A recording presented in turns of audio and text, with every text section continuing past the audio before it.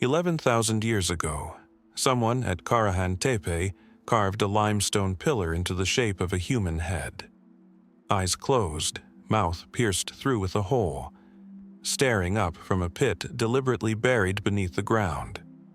It predates Stonehenge by 6,000 years, and no one has ever agreed on what it was for.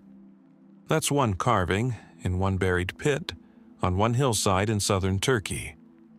Multiply it by 22, and you get a map of the ancient world's most stubborn unanswered questions.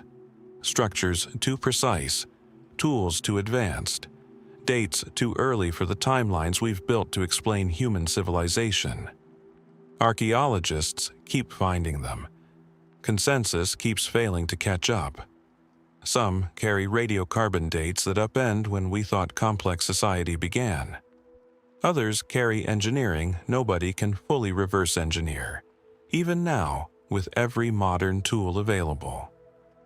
This isn't a tour of ruins. It's a tour of the moments when the ground gave up something history wasn't ready for.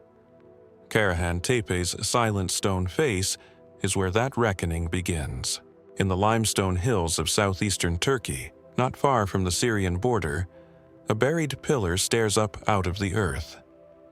Its face is simple: two closed eyes, a straight nose, a mouth reduced to a single drilled hole, carved into T-shaped stone more than 11,000 years ago, then deliberately buried by the very people who built it.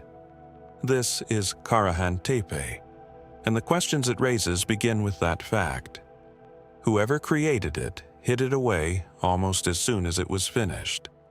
Karahan Tepe sits roughly 35 kilometers from its more famous neighbor, Göbekli Tepe, and the two sites appeared to belong to the same cultural horizon. A network of monumental stone sanctuaries built by hunter-gatherer communities during the pre-pottery Neolithic period, thousands of years before agriculture, pottery, or writing existed anywhere in the region. That alone unsettled a century of archaeological assumption. Monumental architecture, the kind requiring organized labor, careful planning, and shared belief across dozens or hundreds of people, was supposed to follow the rise of farming, not precede it. Karahan Tepe and its neighbors suggest the opposite. The people gathered, organized, and built on a massive scale before they ever planted a single seed or domesticated a single animal. The site itself, under active excavation since systematic work began in earnest in 2019, has already revealed something distinct from Göbekli Tepe's now iconic circular enclosures. Archaeologists uncovered a chamber nicknamed the Cave of the Pillars, a room housing 11 T-shaped pillars carved directly from the surrounding bedrock, arranged along the walls, several bearing the same minimalist human faces found on the buried pillar outside. At the center of this chamber, a decapitated, phallus-topped human statue was recovered, its head missing, its posture and craftsmanship deliberate rather than crude. What ritual purpose required a headless human figure, positioned among a ring of watching stone faces carved straight from living rock? Excavators have offered interpretations rooted in fertility symbolism, ancestor veneration, and ritual transformation. Plausible readings drawn from comparative Near Eastern religious practice. None can be confirmed directly, because the people who built this room left no writing to explain themselves. The deliberate burial that closes many of these structures deepens the mystery rather than resolving it. Across the wider Tash Tepeler region, of which Karahan Tepe is part, researchers have repeatedly found that monumental structures were filled in with rubble and soil after a period of active use, not abandoned to slow decay, but intentionally closed, entombed, as though completing a life cycle rather than suffering a collapse. Was this a ritual act marking a structure's death the way a body might be buried? Was it a practical response to shifting settlement patterns, sealing a space no longer needed? Or did each burial mark something more specific to that individual room? An event, a loss, a transition in belief that we no longer have the context to recognize? Radiocarbon dating continues to push parts of the site's chronology earlier, and full excavation remains far from complete. Researchers estimate most of Karahan Tepe still lies beneath undisturbed soil, its structures and their purposes entirely unexamined. Every season of digging has, so far, revealed something the previous season's assumptions didn't anticipate. What does it mean that some of humanity's earliest known monumental architecture was built not to endure in the open, but to be buried, hidden, sealed away by its own creators? The carved faces watching from the cave of the pillars have kept their silence for 11,000 years. How much of this culture's true purpose is still waiting beneath the hillside, in the portion of the site no one has yet uncovered? Leave the buried faces of Anatolia behind now, and travel some 3,000 miles northeast, across the width of Asia, to a remote lake in the Tuva Republic of southern Siberia, a place so isolated that its central mystery sat largely unexamined by the outside world for over 2 centuries. Lake Terkol, in one of the most sparsely populated regions of Russia, freezes for much of the year and lies far from any major road. At its center sits a small island, and on that island stands the ruin of a vast rectangular fortress-like complex known as Por-Bajin, clay house in the local Tuvan language. Aerial photography reveals a striking, almost startlingly precise structure. A fortified rectangular perimeter enclosing an inner temple complex, courtyards, and dozens of smaller buildings. The whole layout following a symmetry that suggests careful, deliberate planning rather than organic growth. Local legend had long spoken of the island's ruins, but serious archaeological investigation only began in earnest in the 20th century, and comprehensive excavation didn't take place until a major Russian-led expedition in 2007, drawing scientists, historians, and volunteers to this genuinely remote corner of the world. What they found deepened the mystery rather than resolving it. Dendrochronological analysis of wooden structural elements, cross-referenced with radiocarbon dating, placed the fortress's construction with unusual precision at around 777 AD, during the height of the Uyghur Khaganate, a powerful nomadic empire that once controlled vast stretches of Central Asia. This dating itself was remarkable. Few archaeological sites anywhere allow researchers to pin down a construction date to a specific decade, let alone a specific year, with this level of confidence.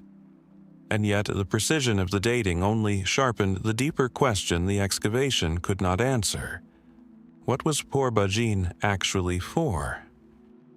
The fortress's design draws heavily on the architectural conventions of Tang Dynasty China, structured with the layout and symbolic organization of a formal palace or major religious complex, complete with a central hall positioned along a precise north-south axis. Whoever commissioned this structure had access to skilled builders familiar with sophisticated continental architectural traditions, deployed at extraordinary effort and expense on a remote island in the middle of a Siberian lake, hundreds of miles from the nearest comparable urban center. That alone raises an obvious question. Why build something this elaborate, this labor-intensive, in a location this genuinely difficult to reach? The mainstream explanations fall into a few competing categories, none conclusively confirmed by the archaeological evidence recovered so far. Some researchers propose that Por-Bajin functioned as a Manichaean monastery, reflecting the Uyghur Khaganate's documented adoption of Manichaeism as a state religion during this period, a belief system blending elements of Zoroastrianism, Christianity, and Buddhism, which briefly enjoyed significant political favor across the Uyghur realm before falling from grace. Others argue the site served a more secular political purpose, a summer residence or ceremonial retreat for Uyghur royalty, its isolation a deliberate feature rather than an oversight, offering security, symbolic remove from ordinary life, or a controlled setting for diplomatic and religious ceremony. Still others have proposed the fortress may have functioned as an astronomical observatory of sorts, its precise axial alignment potentially connected to solstice observation or calendrical tracking, though this interpretation remains considerably more speculative than the monastery or palace theories, and lacks the kind of corroborating evidence, inscriptions, religious artifacts in clearly diagnostic quantities that would settle the question definitively. What makes Por-Bajin particularly resistant to easy explanation is what excavators did not find. Despite the scale and evident investment behind the complex's construction, archaeologists uncovered remarkably little evidence of prolonged, everyday habitation. No substantial trash deposits, no significant accumulation of the kind of domestic debris one would expect from a functioning settlement occupied over years or decades. Some researchers have taken this to suggest the fortress was never fully completed as originally intended, its construction interrupted by the Uyghur Khaganate's political collapse in the mid-9th century, when the empire fractured under external pressure and internal upheaval. Others read the same absence of habitation debris differently, proposing that Por-Bajin was always intended for occasional, ceremonial use rather than permanent occupation. A place visited rather than lived in, its emptiness a feature of its purpose rather than evidence of abandonment partway through construction.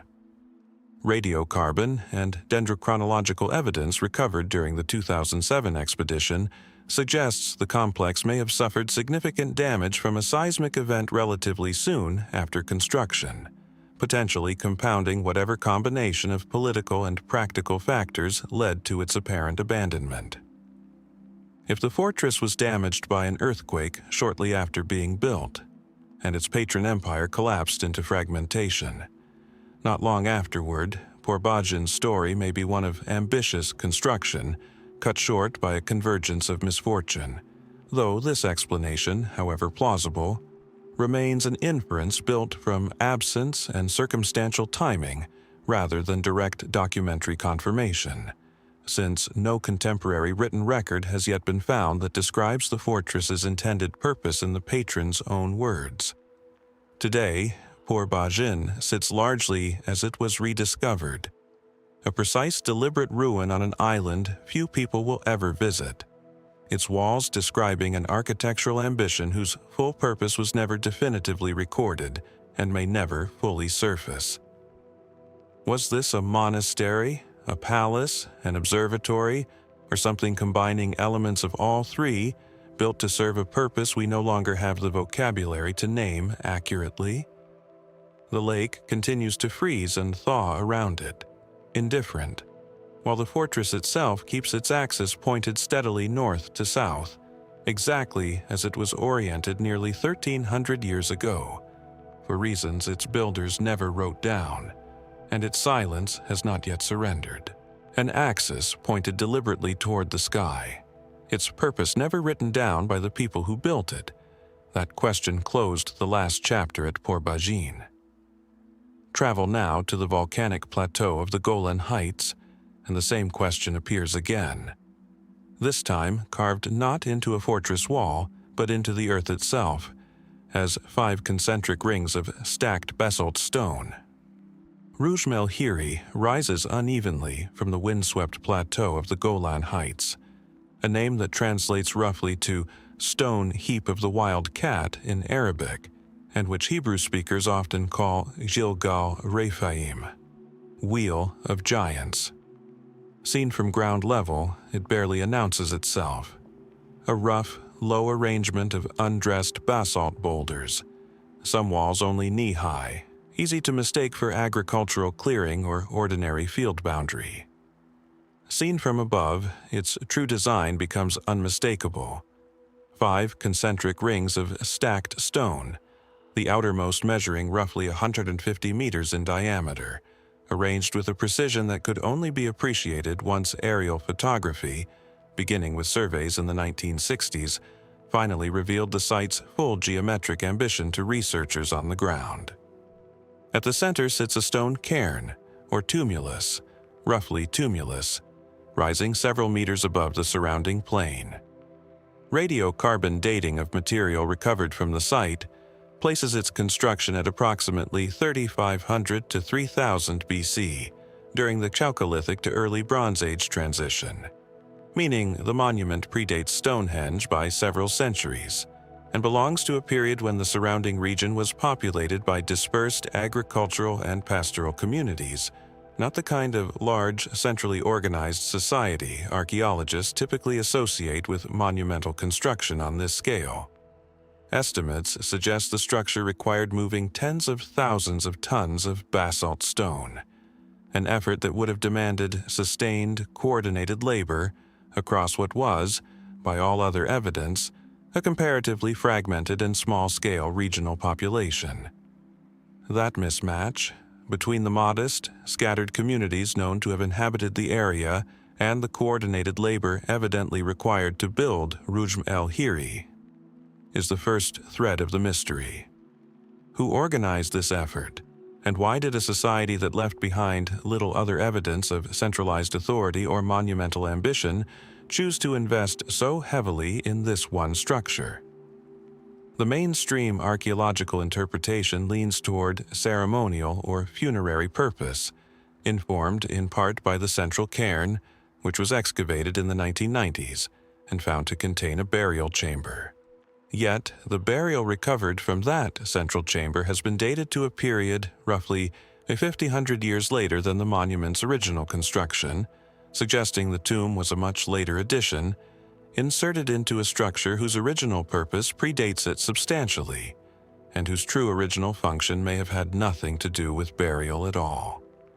This detail alone complicates any simple explanation. The monument's ultimate use is not necessarily its intended one. Astronomical alignment forms the next, more debated layer of interpretation.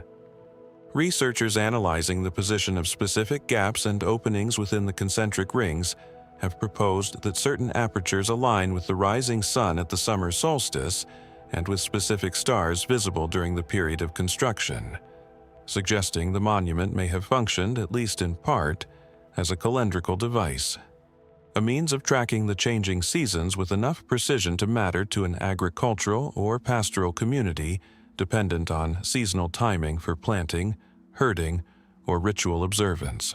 This interpretation draws support from comparable solstice-aligned monuments found elsewhere in the ancient world, though critics note that with enough rings, gaps, and openings distributed across a structure this large, some alignment with celestial events becomes almost statistically inevitable, complicating claims of deliberate design versus coincidental correspondence. Beyond the astronomical debate lies a more fundamental structural puzzle. Why concentric rings at all, rather than the more common single enclosure design found at many other prehistoric ceremonial sites across the region? Some researchers have proposed the rings may have served a defensive or boundary-marking function, delineating successive zones of increasing ceremonial restriction, with only certain individuals permitted to approach the central cairn during specific rites. Others suggest a more practical explanation tied to herding, proposing the rings may have functioned, at least initially, as livestock enclosures later repurposed or elaborated for ceremonial use. Neither explanation has achieved anything close to consensus, and full excavation of the site remains limited, partly due to its remote, historically contested location along a politically sensitive frontier. At the more speculative edges of interpretation, some observers have pointed to the monument's sheer visual similarity, viewed from above, to structures found in entirely unrelated ancient contexts elsewhere in the world, and asked whether shared architectural logic might reflect some deeper, common human impulse toward circular, layered sacred geometry. an impulse that required no direct contact or transmission between cultures separated by vast distances and centuries of time. Mainstream archaeologists generally favor the more parsimonious explanation that circular, concentric design is a natural, independently arising solution to organizing ceremonial space, requiring no exotic connection to explain its recurrence. But the observation itself persists, precisely because the visual resemblance is striking enough to invite the question in the first place. What remains, walking the stony rings of Rujm el-Hiri today, is a monument whose scale confirms deliberate, sustained intention, and whose specific purpose has resisted every excavation and every alignment study conducted so far. The people who moved tens of thousands of tons of basalt across this plateau left behind no inscription, no name, no explanation of what drew them here or what they hoped the rings would accomplish. Nearly 5,500 years later, the Wheel of Giants still stands, its geometry precise, its silence intact. What did they see standing at its center that made all that labor worth the effort? From the windswept basalt plateau of the Golan Heights, travel now across the width of Asia to a quiet, terraced valley in Japan's Nara Prefecture, the historic region of Asuka, cradle of the earliest Japanese imperial court. Here, scattered across rice paddies and wooded hillsides, sit a handful of massive carved stones whose makers, purpose, and even proper names remain genuinely unresolved. The Asuka region holds one of the densest concentrations of enigmatic megalithic stonework anywhere in Japan, dating broadly to the Asuka period, roughly the 6th through 8th centuries AD, a time of rapid political centralization, the introduction of Buddhism, and close cultural exchange with mainland Korea and China. Unlike much of the well-documented architecture from this era, though, a specific cluster of massive worked stones scattered through the area resists easy classification, their function debated by Japanese archaeologists for well over a century. Consider the Masuda no Iwafune, the rock ship of Masuda, an enormous granite block, roughly 11 meters long and 8 meters wide, carved with 2 rectangular depressions on its upper surface and a network of channels connecting them, its overall shape suggesting, at a distance, the hull of a ship run aground on the hillside. Weighing an estimated 800 tons, the stone required transportation and precise carving that would have demanded considerable engineering knowledge and labor, regardless of its ultimate purpose.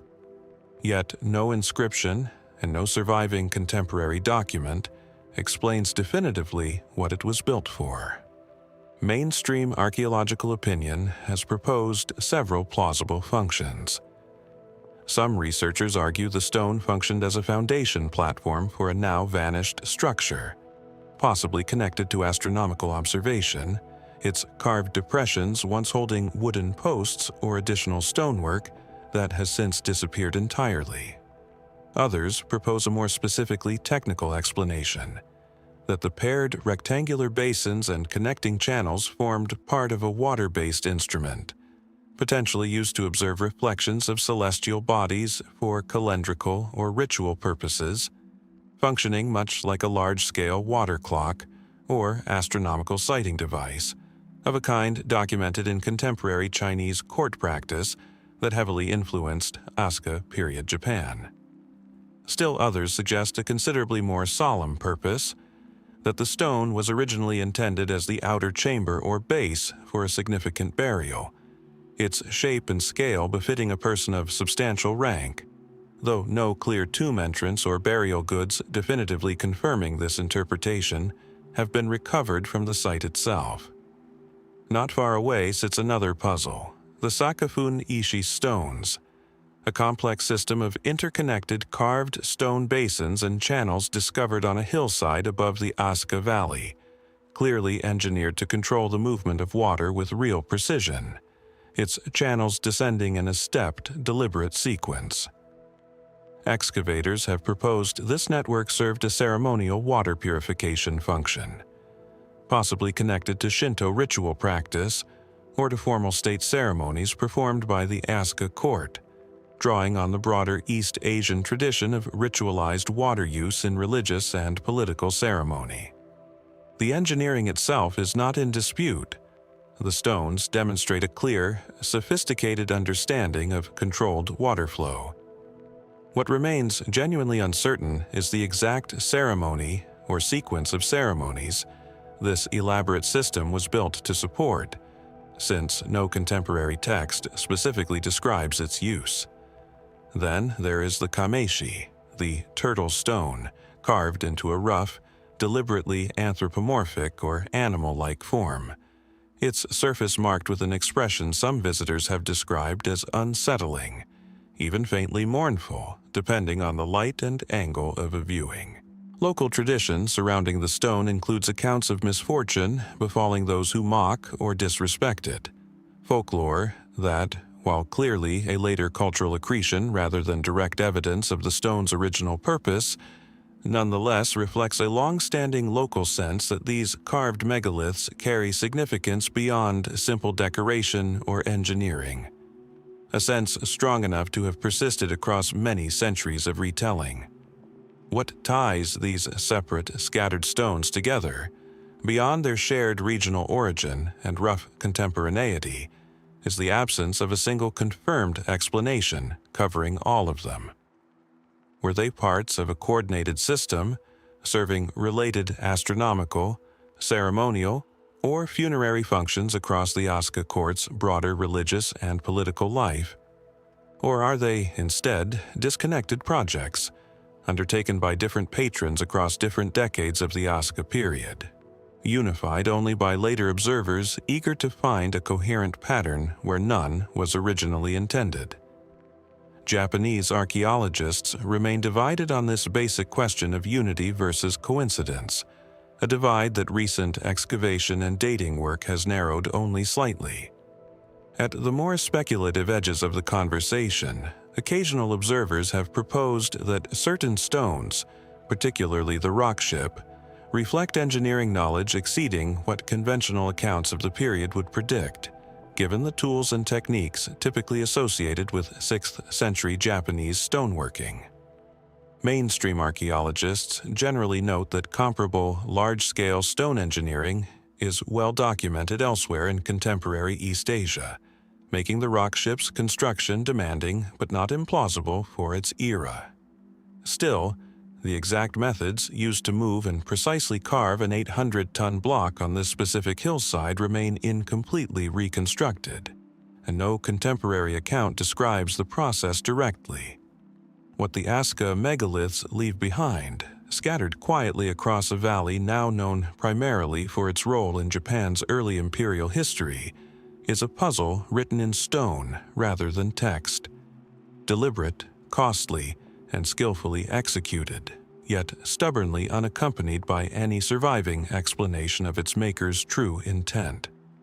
The rock ship still rests where it was carved, facing a hillside it was never meant to sail. What voyage, ceremony, or resting place was it actually built for? And will the valley ever give up an answer it has kept for well over 1,000 years?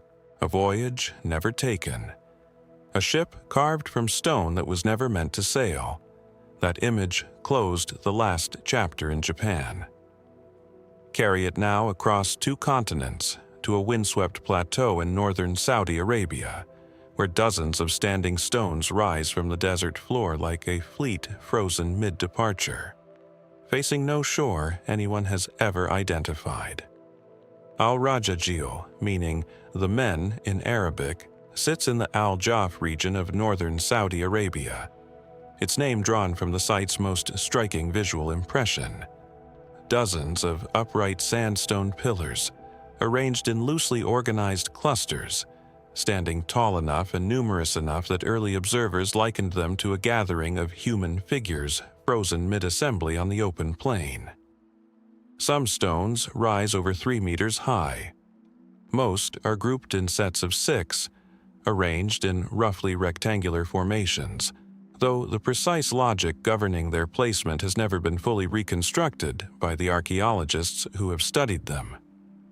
The site was first documented by Western researchers in the mid-20th century, though local awareness of the standing stones certainly predates any formal survey. Archaeological consensus places the monument's construction sometime in the 4th millennium BC, making it one of the oldest confirmed megalithic sites on the Arabian Peninsula, and placing it roughly contemporary with the earliest stages of monumental construction in Mesopotamia and Egypt. This alone complicates a persistent regional narrative in which the Arabian interior is often treated as a comparatively late arrival to organized monumental building, overshadowed in most popular accounts by its more famous neighbors to the west and north.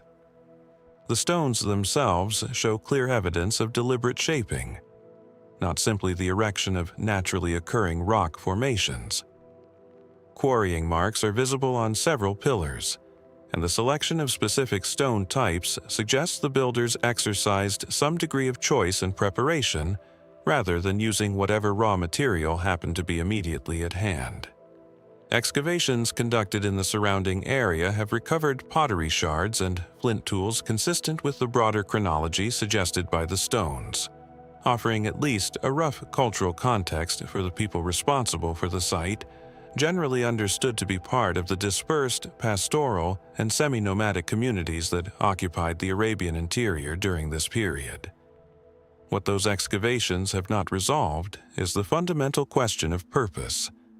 Several competing interpretations circulate among researchers, none decisively confirmed. Some argue the stones served a funerary function, marking or commemorating burials, a common purpose for standing stones across many ancient cultures worldwide, though clear, undisturbed burial evidence directly associated with the pillars themselves has proven difficult to recover, given centuries of natural erosion and, in some areas, disturbance from later human activity. Others propose a more ceremonial or religious purpose, suggesting the stones may have marked a sacred gathering space for dispersed nomadic groups, a fixed point of return in an otherwise mobile existence where seasonal rituals or communal decisions might have been conducted. Astronomical alignment forms perhaps the most actively debated layer of interpretation. Researchers examining the orientation of certain stone groupings have proposed possible alignments with sunrise or sunset positions at significant points in the solar calendar, suggesting the site may have functioned, at least in part, as a means of tracking seasonal change, a genuinely plausible function for communities whose survival depended on anticipating seasonal shifts in water availability and grazing conditions across the surrounding desert. As with comparable claims at other standing stone sites elsewhere in the world, critics note that a sufficiently large and irregularly arranged collection of stones will likely produce some alignments with celestial events by chance alone, and that confirming deliberate astronomical design requires a level of precision and repetition across multiple, independently verifiable alignments that al-Rajajil's current documentation has not yet fully established. The site's remote location and the historically limited scope of systematic archaeological survey across the Arabian interior have left significant gaps in the record that more intensive investigation elsewhere might have already closed. Full excavation of the immediate surrounding area, including systematic search for burial evidence and habitation remains connected directly to the standing stones, remains incomplete, meaning that some of the site's fundamental questions may simply reflect a lack of sufficiently thorough fieldwork, rather than any deeper, irresolvable ambiguity. At the more speculative edges of discussion, some observers have noted the visual and conceptual similarity between al-Rajajil and other early standing stone traditions found much farther away, from Europe's megalithic monuments to the stone circles of the Golan Heights explored earlier in this series, and asked whether such widely separated cultures with no plausible means of direct contact across these distances might nonetheless reflect some shared, independently arising human impulse toward marking sacred or significant space with upright stone. Mainstream archaeologists generally treat this as a case of parallel development rather than transmission, noting that standing stones represent one of the simplest and most intuitive monumental forms available to ancient builders working with basic tools. The observation persists nonetheless, precisely because the pattern recurs with such striking regularity across cultures who could not have known of one another's existence. What remains, standing among al-Rajajil's silent sandstone figures today, is a monument whose builders left behind considerable evidence of effort, selection, and deliberate arrangement, but almost nothing describing their reasoning. The desert wind continues to erode these pillars slowly, grain by grain, exactly as it has for roughly 6,000 years. Were they markers for the dead, instruments for tracking the sky, or gathering points for people whose only fixed address was a plain full of standing stone? The plateau keeps its own counsel, and for now it isn't telling. That question, how many more, still down there in the dark, could just as easily be asked on dry land, thousands of miles away, in a desert valley on the other side of the world where the mystery isn't hidden at all, but standing in plain sight, carved into stone, and has been for over 3,000 years. The site is called Cerro Sechín, tucked into the Casma Valley on the arid coast of Peru, roughly 250 miles north of Lima. There's no jungle canopy here, no sense of a lost city reclaimed by nature. Instead, there's dust, dry hills, and a low stone platform surrounded by nearly 400 carved granite slabs, standing upright like a wall of silent witnesses.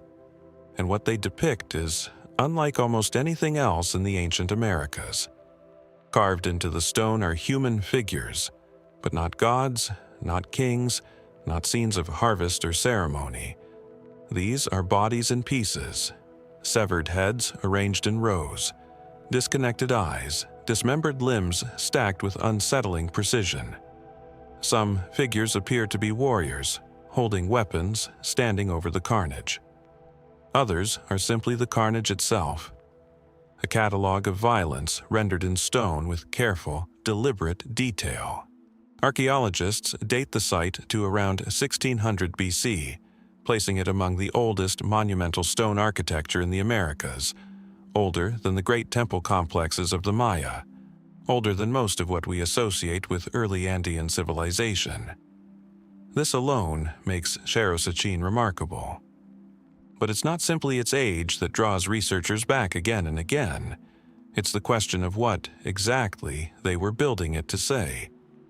The mainstream interpretation is straightforward enough on its surface. This is likely a monument to conquest, a warning carved by a militaristic society to project its power outward. Look what we do to our enemies. Similar iconography appears in other early Andean cultures, and the imagery fits within a broader pattern of ritualized violence used to consolidate authority. Scholars point to Cerro Sechín as evidence that organized warfare, and the political structures needed to sustain it, existed in the Americas far earlier than once assumed. And yet, walk closer to the carvings, and the questions start to multiply. Why such surgical precision? The severed figures aren't crude approximations of violence. They show anatomical detail that seems almost clinical. Spinal columns, internal structures, cross-sections of tissue that a casual observer, or even a skilled artist working from imagination alone, would be unlikely to render with such consistency. Some researchers have asked, cautiously, whether the carvings suggest an unusually intimate familiarity with human anatomy, the kind that might come from ritual practice, ceremonial sacrifice, or something else we don't yet have a name for. There's also the matter of what isn't here. Excavations at Cerro Sechín have found remarkably little evidence of actual warfare at the site itself. No mass graves, no burned settlements, no weapons cache consistent with a real battle. If this is a monument to conquest, where is the conquest? Some archaeologists suggest the violence depicted may be symbolic rather than historical, a ritual narrative, a myth carved in stone rather than a record of any single event. Others propose it may represent something closer to an early legal or political code. This is what happens to those who defy the ruling order, a threat made permanent in granite. But there's a deeper strangeness that keeps drawing attention back to Cerro Sechín, one that isn't fully answered by either theory. The stonework itself, the way the slabs are cut, fitted and finished, shows a level of technical control that seems almost disproportionate to what we'd expect from the society believed to have built it. We know relatively little about the people of this period in Andean prehistory. They left no writing. Their political structure, their daily lives, even their name for themselves, is lost to us entirely. We know them only through what they built and carved. And what they built and carved implies an organizational capacity and an aesthetic vision that seems to arrive with little visible precedent. This is, of course, a familiar shape to a mystery. We've seen it before, an object or a structure that appears more advanced, more precise, more conceptually mature than the surrounding evidence would predict. The response, cautious and reasonable, is usually the same. Cultures don't need thousands of years of visible steps to arrive somewhere remarkable. Sometimes, a single-skilled generation makes a leap that later erosion, or the simple silence of unwritten history, makes it look sudden from a distance. But standing before those 400 stones, it's hard not to wonder what conversation was actually happening here 36 centuries ago. Was this a warning to outsiders? A myth for insiders, a legal code, a memory of a real massacre now lost to time? The stones don't answer. They simply repeat the same imagery, slab after slab, an ancient message written in a language of dismembered bodies that we can see perfectly clearly, and still, in the most important sense, cannot read at all. And perhaps that's the quiet, unresolved center of Cerro Sechín. Not that the carvings are violent, but that after more than 60 years of study, no one can say with certainty whether they describe something that actually happened, or something the people who carved them simply needed the world to believe. Leave the desert valleys of Peru behind, cross an ocean and a continent, and arrive somewhere entirely different in feeling. A quiet, sun-warmed hillside on the French island of Corsica in the Mediterranean, where the wind moves through wild maqui scrub and ancient olive trees, and where the ground itself seems to hold its breath.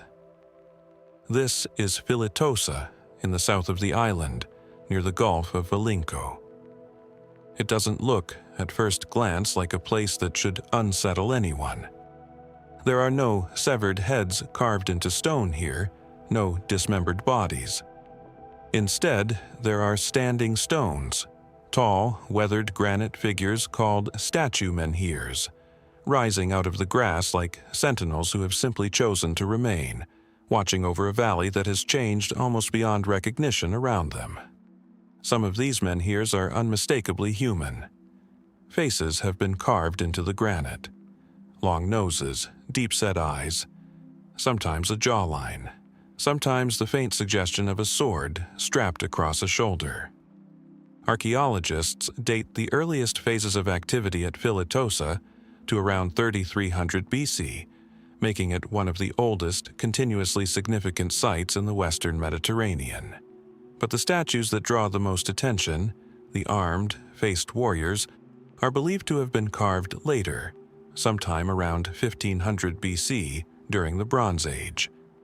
And that gap, that layering of one culture's monuments over another's, is where the story begins to complicate itself.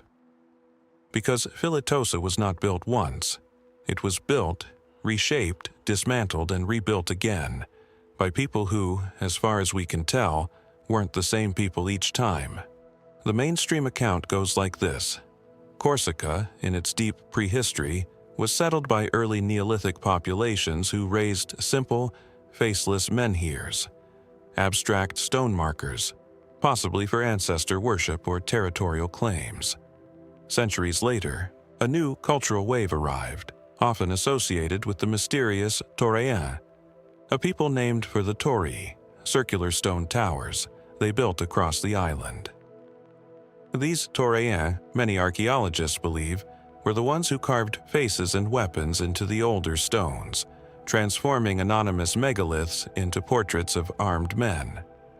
And most strikingly of all, they appear to have taken some of the original standing stones and used them as raw building material, burying them, face down, inside the very walls of their new stone towers.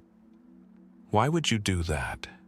Why take a monument clearly carved with care, clearly meant to represent someone or something specific, and entomb it inside a wall, hidden from the world? One theory suggests conquest. If the Toréens arrived as outsiders, whether through invasion, migration, or gradual absorption, burying the older statues might have been an act of domination, a symbolic erasure of the people who came before them, their ancestors quite literally built into the foundations of the new order. It's a theory with real precedent. We see similar acts of monument repurposing across the ancient world, old gods silenced by being folded into new architecture. But other researchers have proposed something quieter, and in some ways stranger, that burying the stones wasn't an act of erasure at all, but one of reverence, a way of protecting sacred ancestral figures by returning them to the earth, incorporating them into the very bones of the new community's defenses, keeping the old watchers close even as the world moved on. Under this reading, the towers of Filitosa aren't triumphant monuments over a defeated people. They're something closer to a shrine built in secret, memory folded into masonry. We don't know which of these is closer to the truth, and that uncertainty deepens when you consider who exactly the statues seem to depict. Some of the carved warriors bear long swords and horned helmets, unlike anything typically associated with the known Bronze Age cultures of the region. For decades, some researchers have quietly noted the resemblance between these carvings and depictions of the so-called Sea Peoples, the enigmatic warrior groups recorded in Egyptian inscriptions around the same period, blamed for widespread upheaval across the eastern Mediterranean, and whose true origin remains one of the great unresolved questions of Bronze Age history. Did some of these seafaring warriors reach as far west as Corsica? Did they settle, clash with existing populations, and leave their likeness carved in granite before vanishing from the historical record entirely, the way they vanish from every other record we have of them? It's a tempting thread to pull. It's also, admittedly, circumstantial, a resemblance in silhouette, not a confirmed migration. Mainstream archaeology remains cautious, and rightly so. Correlation in iconography is not proof of contact. And yet the question lingers precisely because Filitosa itself refuses to resolve neatly. Layer upon layer, culture upon culture, each one seemingly erasing, honoring, or repurposing what came before, and each one leaving behind more questions than certainties about who they were, where they came from, and why a hillside in southern Corsica mattered enough to keep returning to generation after generation for 2,000 years. Stand among those weathered faces today, worn nearly featureless by wind and centuries, and it's difficult not to feel the weight of that unfinished conversation. Carved warriors staring out over a valley, waiting, perhaps, for someone to finally understand what they were trying to say before they, too, were buried and forgotten. Stone, worn by centuries, waiting to be understood. That same quiet permanence takes an entirely different form nearly 4,000 miles south and east, in the arid, wind-scoured plains of northwestern Kenya, where a scatter of basalt pillars stands half buried in dust, easy to miss unless you already know to look for them. This is Namoratunga, a name that in the language of the local Turkana people is said to mean people of stone, an apt description for a site that, at first glance, resembles nothing more than an unremarkable field of dark, weathered rocks jutting from the earth near the shores of Lake Turkana. There are actually two such sites bearing this name, but it is Namoratunga II, discovered and studied more closely beginning in the 1970s, that has quietly troubled archaeologists and astronomers alike for decades. The site consists of 19 basalt columns, some over a meter tall, arranged not randomly, but in a deliberate configuration, and dated by associated artifacts to somewhere around 300 BC, placing its origins in the pastoral Iron Age communities that once inhabited this region of East Africa. On its surface, this is a modest, if intriguing, archaeological find, evidence of organized, symbolic behavior among early cattle-herding societies who left few other durable traces of their presence. But in 1978, an American archaeoastronomer named B. Marshall Sundstrom took a closer look at the alignment of those 19 stones, and what he proposed sent a quiet ripple through the field of archaeoastronomy that has never fully settled. Sundstrom argued that the stones at Namoratunga II were not simply placed for ritual or territorial purposes, but were deliberately aligned with 7 specific stars and constellations, including Triangulum, Pleiades, Bellatrix, Aldebaran, Central Orion, Siph, and Sirius, celestial bodies that, critically, correspond to a lunar calendar system still used today by the Borana people of neighboring Ethiopia. This calendar, a 12-month lunar stellar system used to regulate seasonal and ceremonial life, requires precise, sustained observation of these particular stars rising in relation to the moon's phases. If Sundstrom's interpretation was correct, the builders of Namoratunga were not simply marking a location.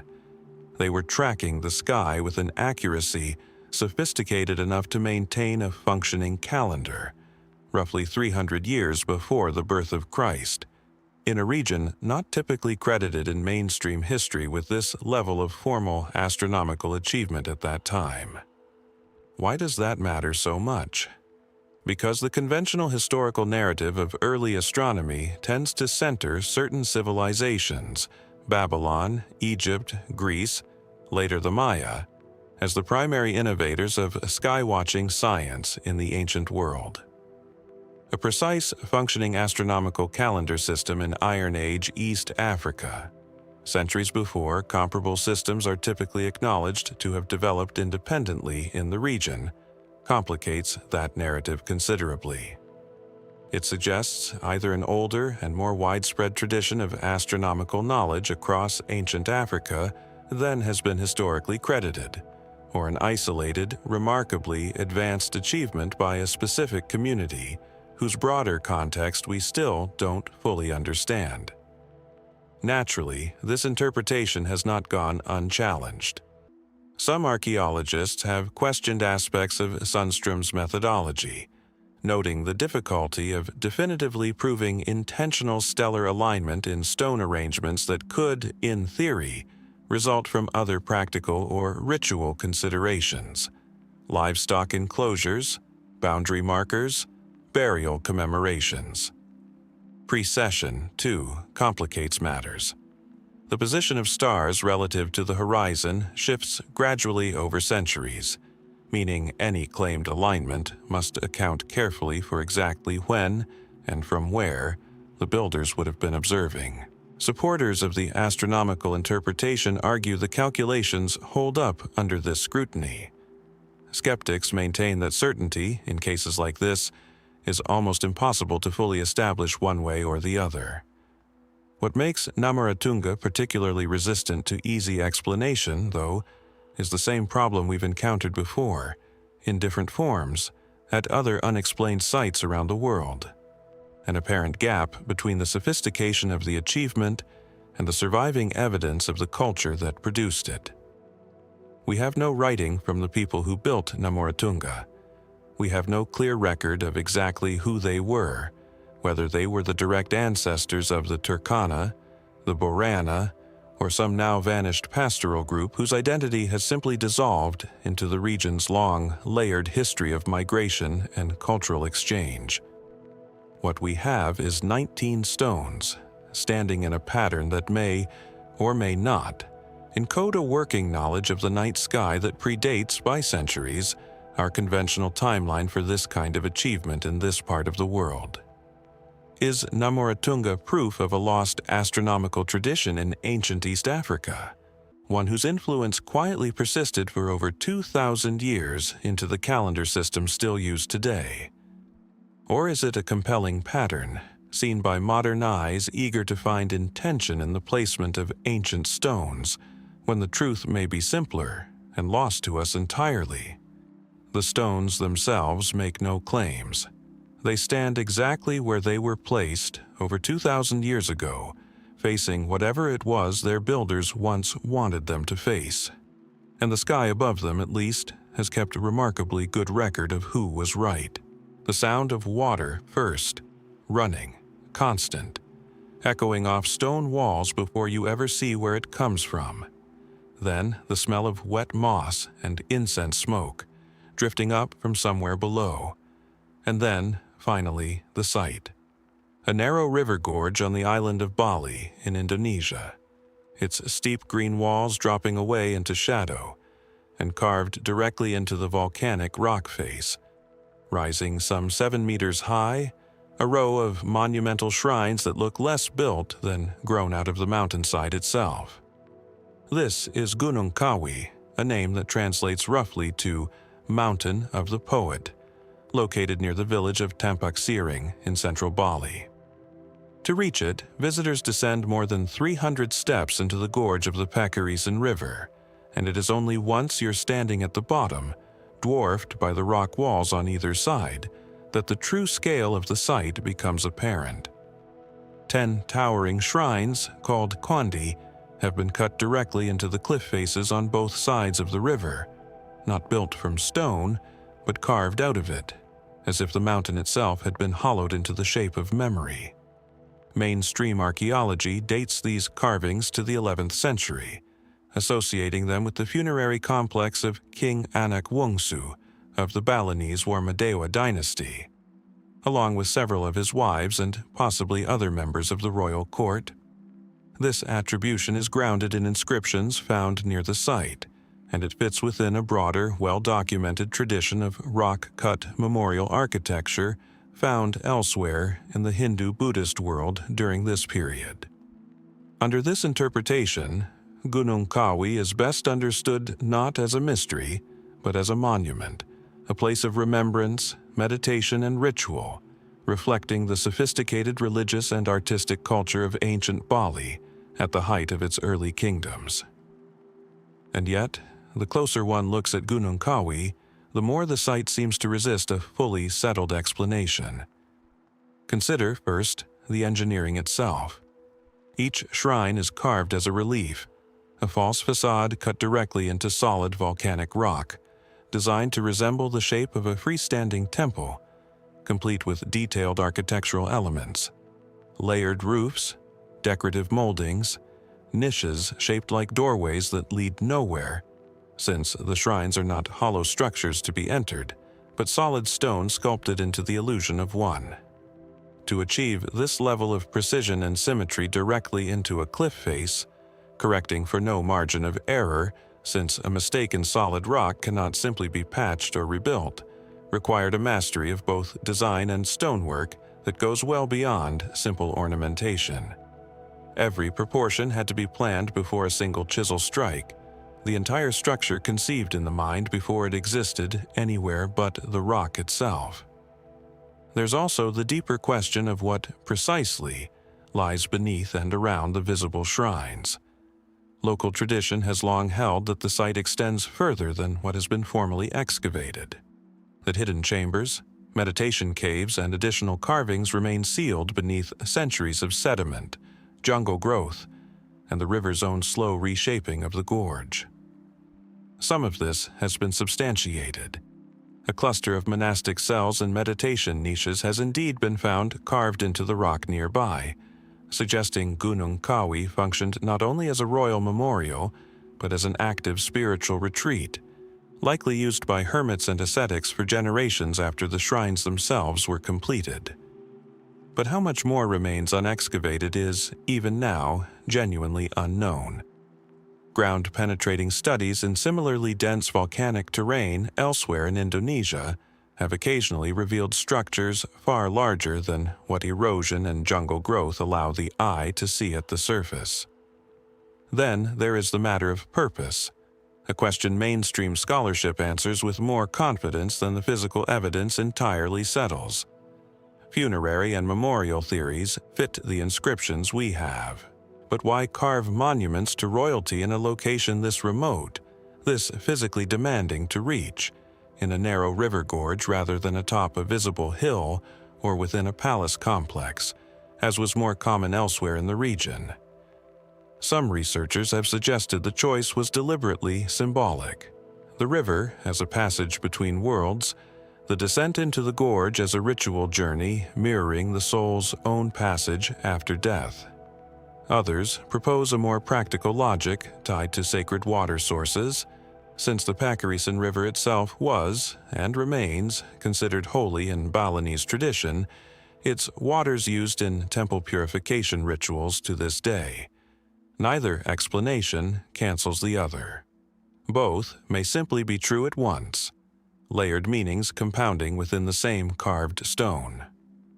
What Gunung Kawi ultimately offers is not a mystery of impossible technology, in the way some ancient sites present themselves, but something quieter and, in its own way, more haunting.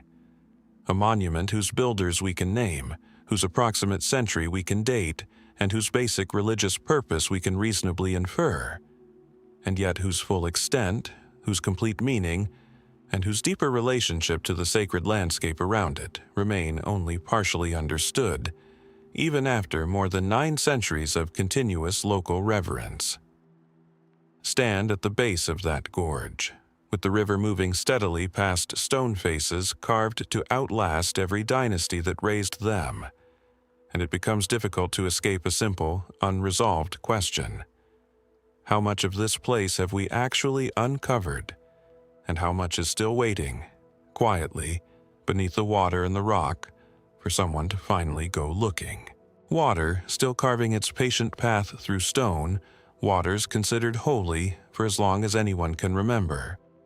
That same reverence for a river-shaped landscape reappears, in a very different form, in the volcanic plateau of the Golan Heights, where the ground itself is scattered with stones, arranged by hands whose names have been lost to more than 4,000 years of silence. Here, spread across the basalt fields near the modern settlement of Shamir, lies one of the densest concentrations of dolmens found anywhere on Earth. Thousands of megalithic stone structures, simple in form yet staggering in scale, consisting of massive flat capstones balanced atop upright support stones, creating chamber-like structures that dot the landscape for miles. Some individual capstones weigh over 50 tons. The Golan alone is estimated to contain upward of the largest dolmen concentration in the entire Levant, with some surveys counting well over 1,000 structures within a relatively compact stretch of terrain. Mainstream archaeology places the construction of most of these dolmens in the early Bronze Age, roughly 3000 to 2000 BC, attributing them to semi-nomadic or pastoral communities who used them, most researchers agree, as burial monuments. Excavations at several sites have uncovered human remains inside the chambers, along with pottery and other grave goods consistent with this interpretation. Under this reading, the Golan dolmens represent an extension of a broader megalithic burial tradition found across parts of the ancient Near East, Europe, and beyond. Communities marking the deaths of their own with stone monuments built to endure long after memory of the individual had faded. And yet, the closer one examines the Shamir dolmen specifically, the more the picture complicates. begin with the sheer logistics of the thing. These structures were raised on a windswept, largely unforested volcanic plateau, using multi-ton basalt slabs that had to be quarried, transported, and precisely positioned, balanced in many cases atop smaller support stones with a level of stability that has allowed them to survive, largely intact, for 4 millennia of earthquakes, erosion, and human disturbance. The engineering required to lift and place a 50-ton capstone without modern machinery is not, in itself, unexplainable. Ancient peoples across the world moved comparably massive stones through ingenuity, manpower, and time. But it does raise a familiar and still unresolved question. What kind of social organization, what density of labor and shared purpose existed among the people of this region during the early Bronze Age to make monuments on this scale, in these numbers, a sustained cultural priority? Because it isn't one dolmen. It isn't a dozen, it's thousands, clustered together in a way that suggests not a single burial event, but a long-standing, deeply rooted tradition, maintained across many generations, in a region whose broader historical record from this same period remains comparatively thin. Who were these people, precisely? Archaeologists have proposed connections to early pastoral groups moving through the region, but no clear textual record, no named civilization, steps forward to claim direct authorship of this landscape. We have the stones. We do not have the story. There is also the matter of one dolmen in particular, a large, unusually elaborate structure known as Dolmen Shamir, or sometimes referenced within the broader Sea of Galilee dolmen field, whose surrounding stone circle and internal chamber carvings have drawn particular scholarly attention. Some of the stones bear faint geometric engravings whose meaning remains entirely undeciphered. Not writing in any known sense, but deliberate, repeated markings that suggest symbolic intention rather than accident. Are they territorial markers? Astronomical notations, a form of proto-symbolic communication, predating any writing system the region would develop for centuries afterward? No consensus exists, and the engravings worn by time resist confident interpretation. More speculative researchers have pointed to the sheer density and placement of the dolmen fields across the Golan, and asked whether their positioning might reflect broader landscape-level planning, deliberate spacing, sightlines, or alignments connecting individual monuments across the plateau, rather than each dolmen existing as an isolated, unrelated burial. This remains a minority position within the field, difficult to substantiate given the scale of survey work still required across such an enormous number of individual structures, many of which have never been formally excavated at all. It is entirely possible, and archaeologists readily admit this, that only a fraction of what these fields could tell us has actually been studied in any real depth. What makes Shamir distinct from an isolated tomb or a single mysterious artifact is this scale of the unknown. It isn't one unanswered question resting on one object. It's an entire landscape, thousands of structures deep, representing what may be one of the longest sustained megalithic traditions in the ancient Near East, built by a people who left us their stones, but almost nothing else. No names, no writing. No clear account of what they believed happened to the dead once sealed inside these chambers, facing a sky that has watched over this basalt plateau, largely undisturbed, for over 4,000 years. Walk among those silent fields today, past capstone after capstone, stretching toward the horizon, and the question isn't only who built them. It's how much of this landscape, thousands of stones, most still unexcavated, still unread, is still quietly waiting to tell us who they really were.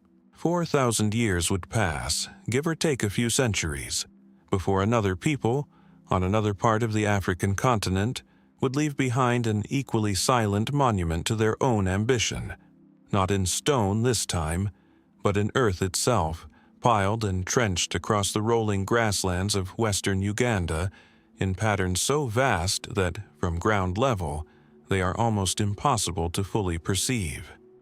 This is Bigo bya Mugenyi, Bigo of the Stranger, a sprawling complex of earthworks located near the Katanga River, in what is now Uganda's Ntungamo district. Unlike the megaliths of Shamir or the carved cliffs of Bali, there is nothing here that immediately announces itself as monumental. No towering stones, no ornate facades. Instead, there are ditches, enormous ones, some stretching over 10 kilometers in total length, up to 5 meters deep and 10 meters wide, cut through the earth in a series of interlocking, irregular enclosures that only reveal their true scale from the air or through the patient work of a surveyor's map. Archaeologists date the primary construction of Bigo to somewhere between the 13th and 16th centuries AD, associating it with the semi-legendary Chwezi dynasty, a ruling group remembered in the oral traditions of the Great Lakes region as builders of a powerful, centralized kingdom that predated the later Bunyoro and Buganda states. According to this mainstream reconstruction, Bigo functioned as a royal capital or ceremonial center, its ditches serving both defensive and symbolic purposes, corralling cattle, marking sacred boundaries, and projecting the authority of a ruling elite whose power depended, in part, on control of livestock and land across a wide and fertile stretch of savanna. This narrative fits comfortably within known patterns of state formation in the interlacustrine region of East Africa, and yet the sheer scale of the earthworks at Bigo raises questions that oral tradition alone struggles to fully answer. Consider the labor involved.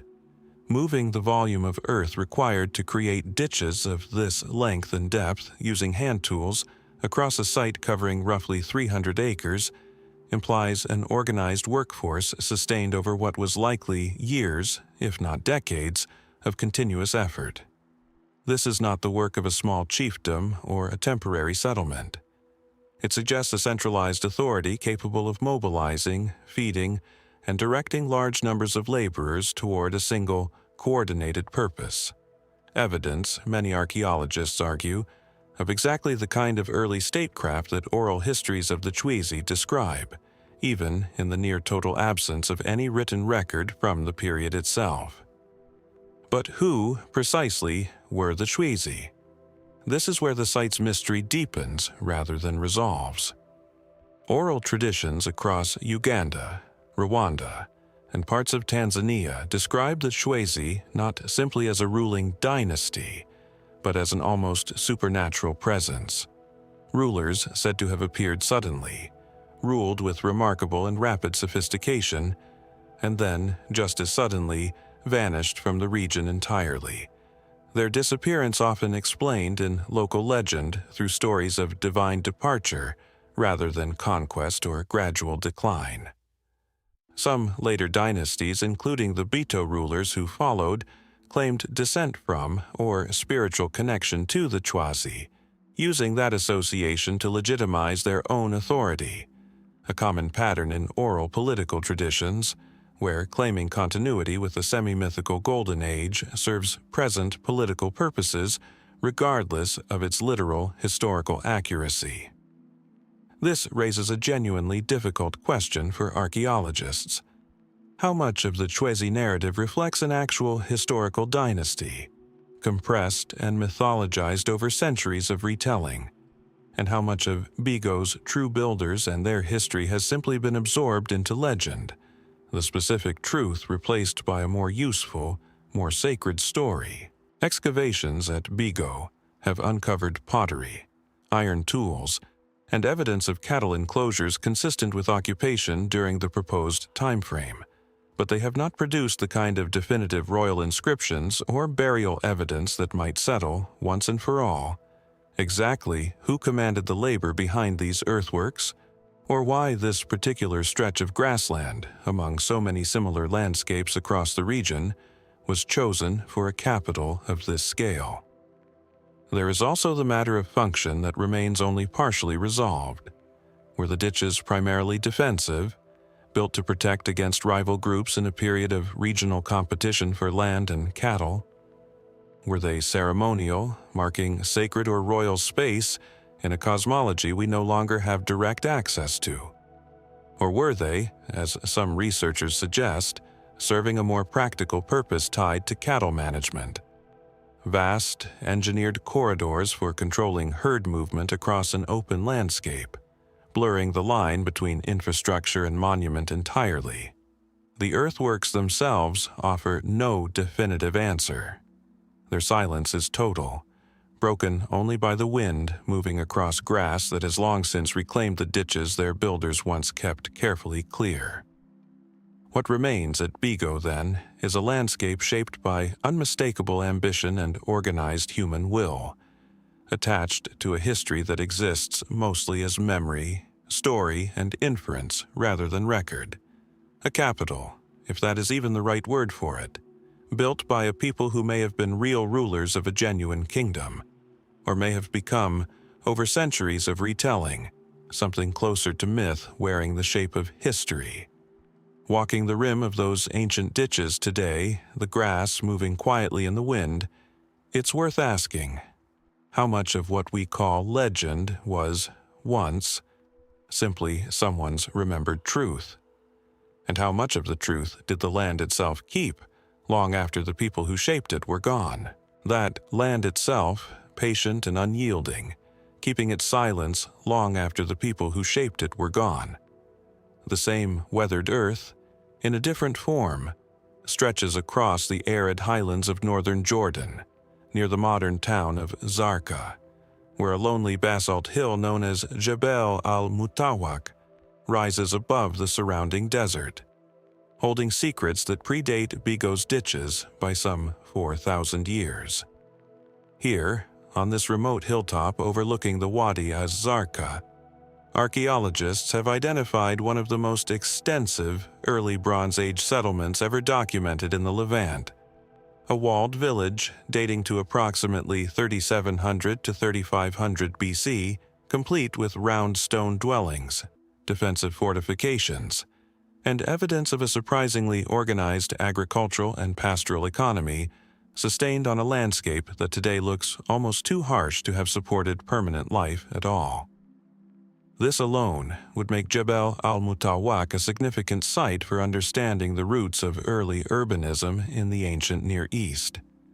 But it is not the settlement itself that has drawn the most sustained attention from researchers. It is what lies scattered across the slopes just beyond it, a field of megalithic dolmens, similar in form to those found at Shamir, but here connected, unusually and unmistakably, to the very community that appears to have built and used them. This connection matters enormously to archaeologists, because dolmens across the wider region, including the thousands found in the Golan, have almost never been directly linked to a specific excavated settlement. They exist, typically, as isolated monuments, their builders inferred rather than identified. At Jebel al-Mutawwaq, for the first time in this part of the world, researchers uncovered dolmens positioned in direct relationship to a known village, allowing them to propose, with unusual confidence, that these particular megaliths were raised by the very farmers and herders who lived, worked, and eventually died on this hillside. Closing, however partially, one of the oldest open questions in Near Eastern megalithic archaeology: who exactly builds a dolmen, and why? And yet, closing one question at Jebel al-Mutawwaq seems only to have opened several others. Excavations, led by Spanish archaeologist Juan Ramón Muñiz and his team, beginning in the early 2000s, uncovered something unexpected within one of the dolmens near the settlement. A painted capstone, its underside decorated with red ochre pigment in a series of geometric patterns unlike anything previously documented at a Levantine dolmen site. The images include what researchers have interpreted as human or human-like figures, along with abstract symbols whose meaning remains entirely unresolved. This single painted stone represents, by some assessments, the oldest known figurative art associated with megalithic funerary architecture in the entire region. A startling find, given how comparatively little symbolic decoration survives from dolmen sites anywhere in the Near East. What was this hillside community trying to say, and to whom?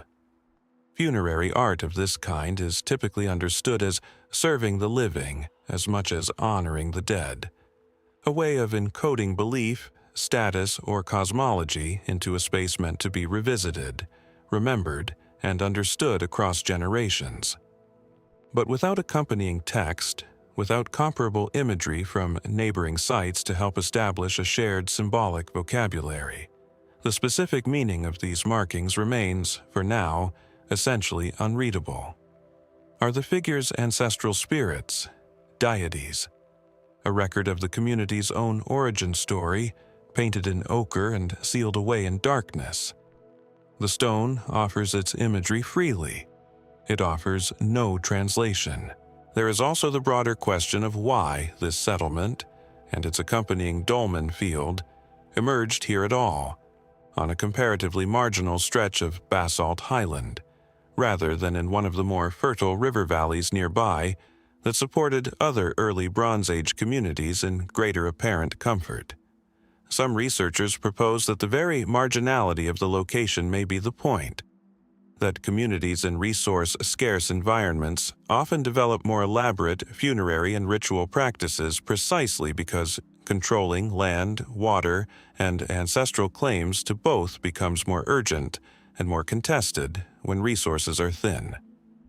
Under this reading, the dolmens of Jebel al-Mutawwaq may represent not simply grief or reverence, but a form of territorial assertion, a way of declaring, generation after generation, that this hillside belonged to the people buried within it, regardless of how difficult that hillside was to hold. It remains, even now, only a partially excavated site. Further dolmens dot the surrounding slopes, many still unopened, their capstones intact, their contents and any further decoration they might hold still unknown. Each one raises the same quiet possibility carried by the painted stone already recovered, that somewhere beneath these unexamined slabs, another fragment of this community's voice may still be waiting, in ochre and silence, for someone to finally lift the stone and let the light back in. Some 2,000 miles west of that quiet Jordanian hillside, across deserts and river basins that have swallowed and revealed countless civilizations in turn, the same impulse to raise stone against forgetting appears once more, this time in the inland delta region of central Mali, near the town of Nyafunke, where a field of megaliths rises unexpectedly from the flat, sun-baked earth of the Sahel. This is Tondidarou, one of the largest and least understood megalithic complexes in West Africa, a site containing several hundred standing stones, and, more strikingly, dozens of large cylindrical stone monuments, many carved with a distinctive bulbous, almost phallic form near their upper end, unlike the simple upright menhirs typically associated with megalithic traditions elsewhere in the world. Some of these stones stand over 2 meters tall. Others lie fragmented or toppled across the ground, their original arrangement disrupted by centuries of erosion, agricultural activity, and, in some cases, deliberate looting. Mainstream archaeology places the origins of Tondidarou somewhere in the 1st millennium AD, though precise dating has proven difficult, complicated by disturbed stratigraphy and limited systematic excavation compared to more heavily studied megalithic sites elsewhere in the world. The stones are generally associated with the broader cultural sphere of the inland Niger Delta, a region known for producing sophisticated urban centers such as Djenné, one of sub-Saharan Africa's earliest known cities, whose walled settlements and long-distance trade networks were already well established by the time most of Tondidarou's monuments are believed to have been raised. Under this framing, Tondidarou represents part of a broader, and still incompletely understood, tradition of monumental construction that accompanied the rise of complex, urbanized societies along the Niger River, long before European contact with the region. But the specific form of the Tondidarou monoliths resists easy categorization, even within this framework. Their distinctive shape, a cylindrical shaft topped with a rounded, swollen form, has led some researchers to interpret them as fertility symbols, tied to agricultural or ancestral cults concerned with abundance, continuity, and the productive power of the land itself. Others have proposed a funerary function, similar to other megalithic traditions across Africa and the Mediterranean, with the stones marking burial sites or serving as commemorative monuments to specific ancestors or lineages whose identities have long since faded from memory. Excavations at the site have indeed uncovered burial remains in proximity to some of the stones, lending support to at least a partial funerary interpretation. And yet, no consistent region-wide consensus has emerged, in part because so much of the site remains unexcavated, its stones documented more thoroughly by early 20th century colonial surveys than by modern, methodical archaeological investigation. This gap in serious scholarly attention is, in its own way, part of the mystery. Compared to the megalithic traditions of Europe or the Near East, West African stone monuments like Tondidarou have historically received a fraction of the sustained academic interest, despite representing one of the largest concentrations of megalithic architecture anywhere on the continent.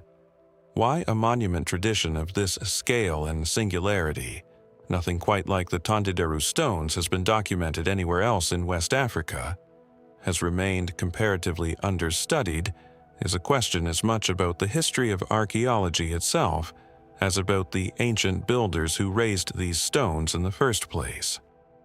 What deepens the intrigue further is the question of purpose behind the stones' unusual clustering.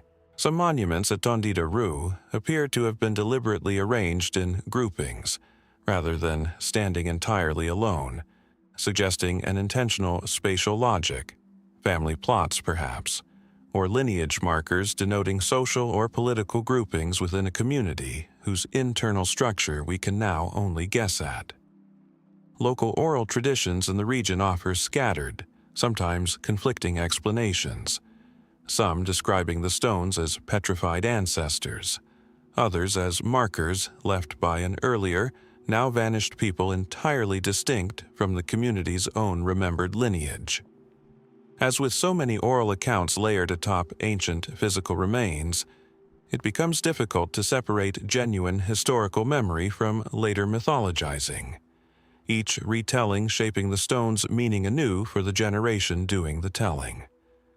Adding a further layer of uncertainty is the site's vulnerability.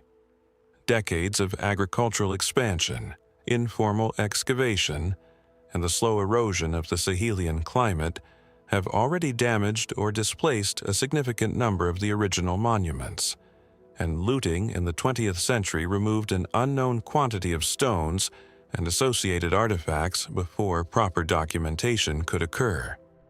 What survives today may represent only a partial record of what once stood here, an incomplete monument to an already incompletely understood tradition, shrinking further with each passing decade. Standing among the toppled and upright stones of Tondidarou today, scattered across a landscape shaped as much by the Niger's slow floods as by human hands, it is difficult not to wonder how much of this monument's original meaning has already been lost. Not to time alone, but to the simple quiet neglect of a story the wider world never fully stopped to ask about. What did these stones once say to the people who raised them, and how much of that message slipped away before anyone thought to write it down? The keepers of that story, the oral tradition bearers who, in Mali and across so many of these landscapes, have carried fragments of meaning forward long after the stones themselves fell silent, find one of their most quietly remarkable counterparts on the other side of the world, among the Wathaurong people of southeastern Australia, whose ancestors maintained and passed down knowledge of a stone arrangement that mainstream science would take well over a century to even begin to understand. The site is called Wurdi Youang, located on a private property near Little River in Victoria, roughly an hour southwest of Melbourne. At first glance, it presents itself modestly, an oval arrangement of basalt stones, roughly 50 meters across at its widest point, set low against the grassy plain, easy to overlook entirely unless you already know what you're looking for. There is no grand scale here, no towering monolith. And yet Wurdi Youang has become, over the past 2 decades, one of the most quietly debated sites in the study of indigenous Australian astronomy, a debate that only began in earnest once researchers started asking a question that, for most of the 20th century, simply hadn't been asked with any seriousness at all. The Wathaurong people themselves have long identified Wurdi Youang as a significant cultural site, associated with ceremony and traditional law, its exact age unrecorded in any written form, but its presence in oral tradition extending back through generations. For much of the colonial and post-colonial period, however, Australian archaeology gave comparatively little sustained attention to the possibility that Aboriginal stone arrangements might encode sophisticated astronomical knowledge, a gap that reflects, as much as anything else, historical assumptions about which cultures were considered capable of producing formal scientific observation. That assumption began to shift in 2010 when researchers Ray Norris, an astrophysicist, and Dwayne Hamaker, an astronomer with a specific focus on indigenous astronomical traditions, published an analysis proposing that the arrangement of stones at Wurdi Youang aligns with the setting positions of the sun at the solstices and equinoxes. According to their findings, specific stones within the oval correspond to where the sun sets on the horizon during the summer solstice, the winter solstice, and the equinoxes, a pattern that, if intentional, would represent a functioning solar calendar embedded directly into the landscape, maintained through oral tradition by the Wathaurong for a period of time that remains, even now, difficult to precisely establish.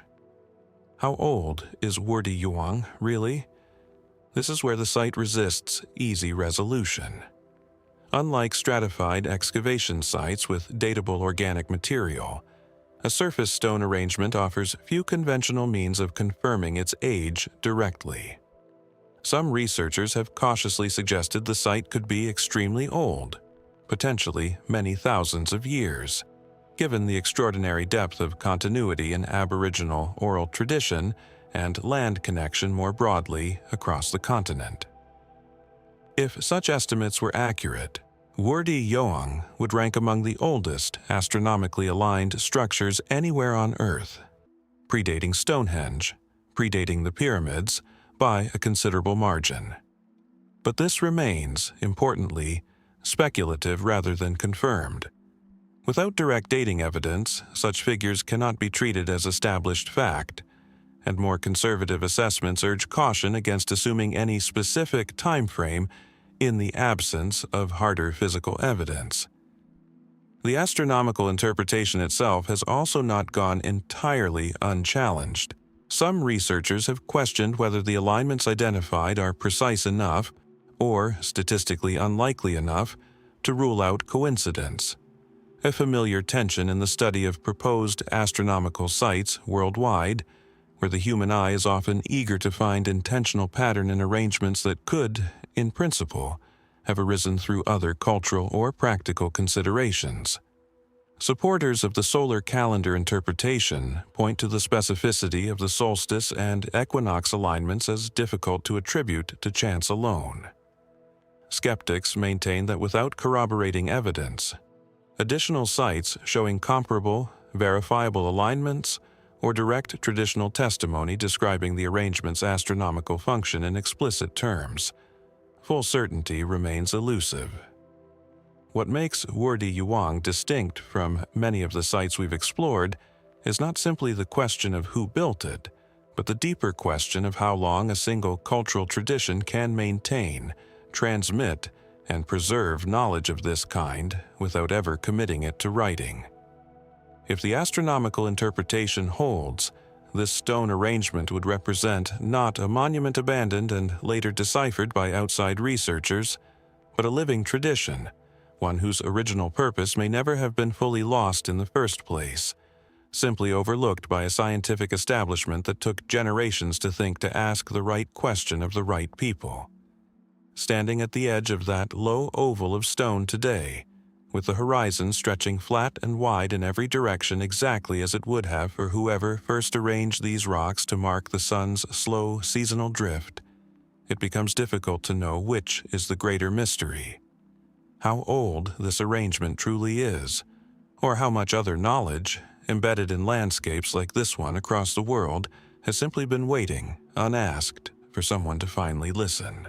Long before any Wathaurong elder passed down knowledge of a solstice horizon, long before the Niger's floods ever touched Tondidarou's stones, a mound was already rising in the fertile Orontes Valley of northwestern Syria, one of the longest continuously inhabited settlements ever documented in the Near East, its layers stretching back not centuries but millennia. This is Tel Qarqur, an unassuming earthen mound near the modern town of the same name, rising gently above the surrounding agricultural plain. To the untrained eye, it looks like little more than a large hill, grass-covered and quiet, the kind of gentle rise in the landscape easy to pass without a second glance. But beneath that unremarkable surface lies one of the most extensive, stratified archaeological records in the entire region. Occupation layers spanning from the Neolithic period, as early as 8000 BC, through the Chalcolithic and Bronze Ages, into the Iron Age and beyond, into the era of recorded biblical and Assyrian history. Few sites anywhere in the world offer this kind of unbroken sequence, layer stacked upon layer, each one a physical record of a community that simply kept choosing, generation after generation, to remain. Excavations conducted primarily by American and international teams beginning in the 1980s have revealed a site of genuine mainstream historical significance. Tel Qarqur has been identified with considerable confidence as Ancient Qarqar, a city mentioned in Assyrian royal inscriptions describing a major battle in 853 BC in which a coalition of regional kings, including Ahab of Israel, confronted the forces of the Assyrian king Shalmaneser III. This single textual anchor grounds Tel Qarqur firmly within the documented political history of the ancient Near East, connecting an otherwise quiet agricultural mound to one of the larger recorded military conflicts of its era. And yet, it is precisely because Tel Qarqur is so well documented in its later phases that its earlier layers raise such persistent, unresolved questions.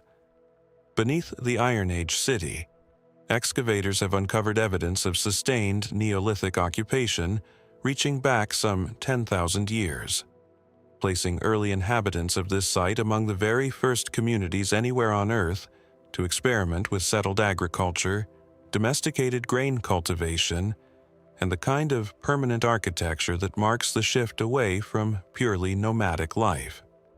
This period, often called the Neolithic Revolution, represents one of the most consequential transformations in all of human history. And Tel Qarqur sits within the broader Fertile Crescent region most closely associated with that transformation's earliest, least understood beginnings. What complicates the picture is the sheer continuity itself. Most ancient settlements, even significant ones, show gaps in occupation, periods of abandonment, destruction layers marking conquest or catastrophe, centuries where a site simply falls silent before someone eventually returns. Tel Qarqur's stratigraphy, by contrast, suggests something closer to near-continuous habitation across an almost unbroken span of 10 millennia. Why here? What allowed this particular mound, in this particular bend of the Orontes, to sustain human settlement through climate shifts, empire collapses, and the rise and fall of civilizations that reshaped the entire surrounding region multiple times over. The valley's fertility offers a partial answer, but fertile valleys existed elsewhere too, many of which saw far more interrupted, fragmentary occupation histories. Something about this specific location seems to have functioned across 10,000 years as an unusually persistent magnet for human return. There are also gaps within the layers themselves that resist confident interpretation. Transitional phases where material culture shifts abruptly. Pottery styles change with a suddenness that could indicate either gradual internal innovation or the arrival of entirely new populations, absorbed into or replacing whoever came before. Untangling which explanation applies to which layer, across a stratigraphic sequence this deep and this long, remains an ongoing and genuinely difficult task, one complicated further in recent years by the region's political instability, which has limited continued excavation and left significant portions of the mound's earlier phases still only partially understood. This is perhaps the quiet lesson Tel Qarqur offers that many single dramatic monuments cannot. That mystery in the ancient world isn't always a matter of impossible technology or vanished civilizations. Sometimes it's simply a question of time itself, layered so deep and so continuously that even 10,000 years of nearly unbroken human presence can still leave us uncertain about exactly who was here in any given century, and why they never quite left. Beneath the grass of that quiet Syrian mound, 10 millennia of human choices remain compressed into earth, most of them never to be fully excavated, never to be fully known. And it is worth asking, as we so often must with sites like this, how much of humanity's oldest and longest story is still simply waiting there, unread, for a moment in history, calm enough to finally go looking. That grass, moving quietly over 10,000 years of buried human choices, the same wind-blown grass, in a different key, sweeps now across the steppe of southern Kazakhstan, where it grows not over a gentle village mound, but over the collapsed foundations of something whose builder's ambition seems to have far outpaced their ability, or perhaps their will, to finish it. This is Akyrtas, a massive complex of dressed granite blocks scattered across an open plain roughly 50 kilometers east of the city of Taraz in the Jebel region. Even in its unfinished, half-ruined state, the scale is difficult to overstate. The structure's foundations describe a rectangular building, measuring approximately 185 by 125 meters, with walls that, based on surviving fragments, would have risen at least several stories high. Constructed from massive granite blocks, some weighing several tons, quarried and transported from sources kilometers away, and precisely cut to fit together with minimal mortar. Had it been completed, Akyrtas would have ranked among the largest pre-modern structures anywhere in Central Asia. But it was never completed, and that fact alone is what makes Akyrtas so quietly unsettling. Mainstream archaeology generally dates the construction of Akyrtas to somewhere between the 8th and 12th centuries AD, placing it within the era of Qarqur or, by some interpretations, early Karakhanid rule over the region, a period when Taraz itself flourished as a significant city along the northern branches of the Silk Road. Under the most widely accepted theory, Akyrtas was intended as a palace or fortified residence for a ruling elite, its scale reflecting the ambitions of a regional power seeking to project authority and permanence onto the open steppe. Construction, under this reading, was simply abandoned partway through, halted by war, by the sudden death or overthrow of the ruler who commissioned it, by shifting political fortunes that left the project without the patronage needed to see it finished. This is a plausible, historically grounded explanation, and abandoned monumental construction is far from unique to Akyrtas. History is full of palaces, temples, and cathedrals left half-built when the resources or the will behind them disappeared. And yet several details at the site resist easy alignment, even with this reasonable framework. Consider the precision of the stonework itself, set against the total absence of any inscription, any decorative program, any surviving textual reference identifying who, specifically, commissioned the structure or why.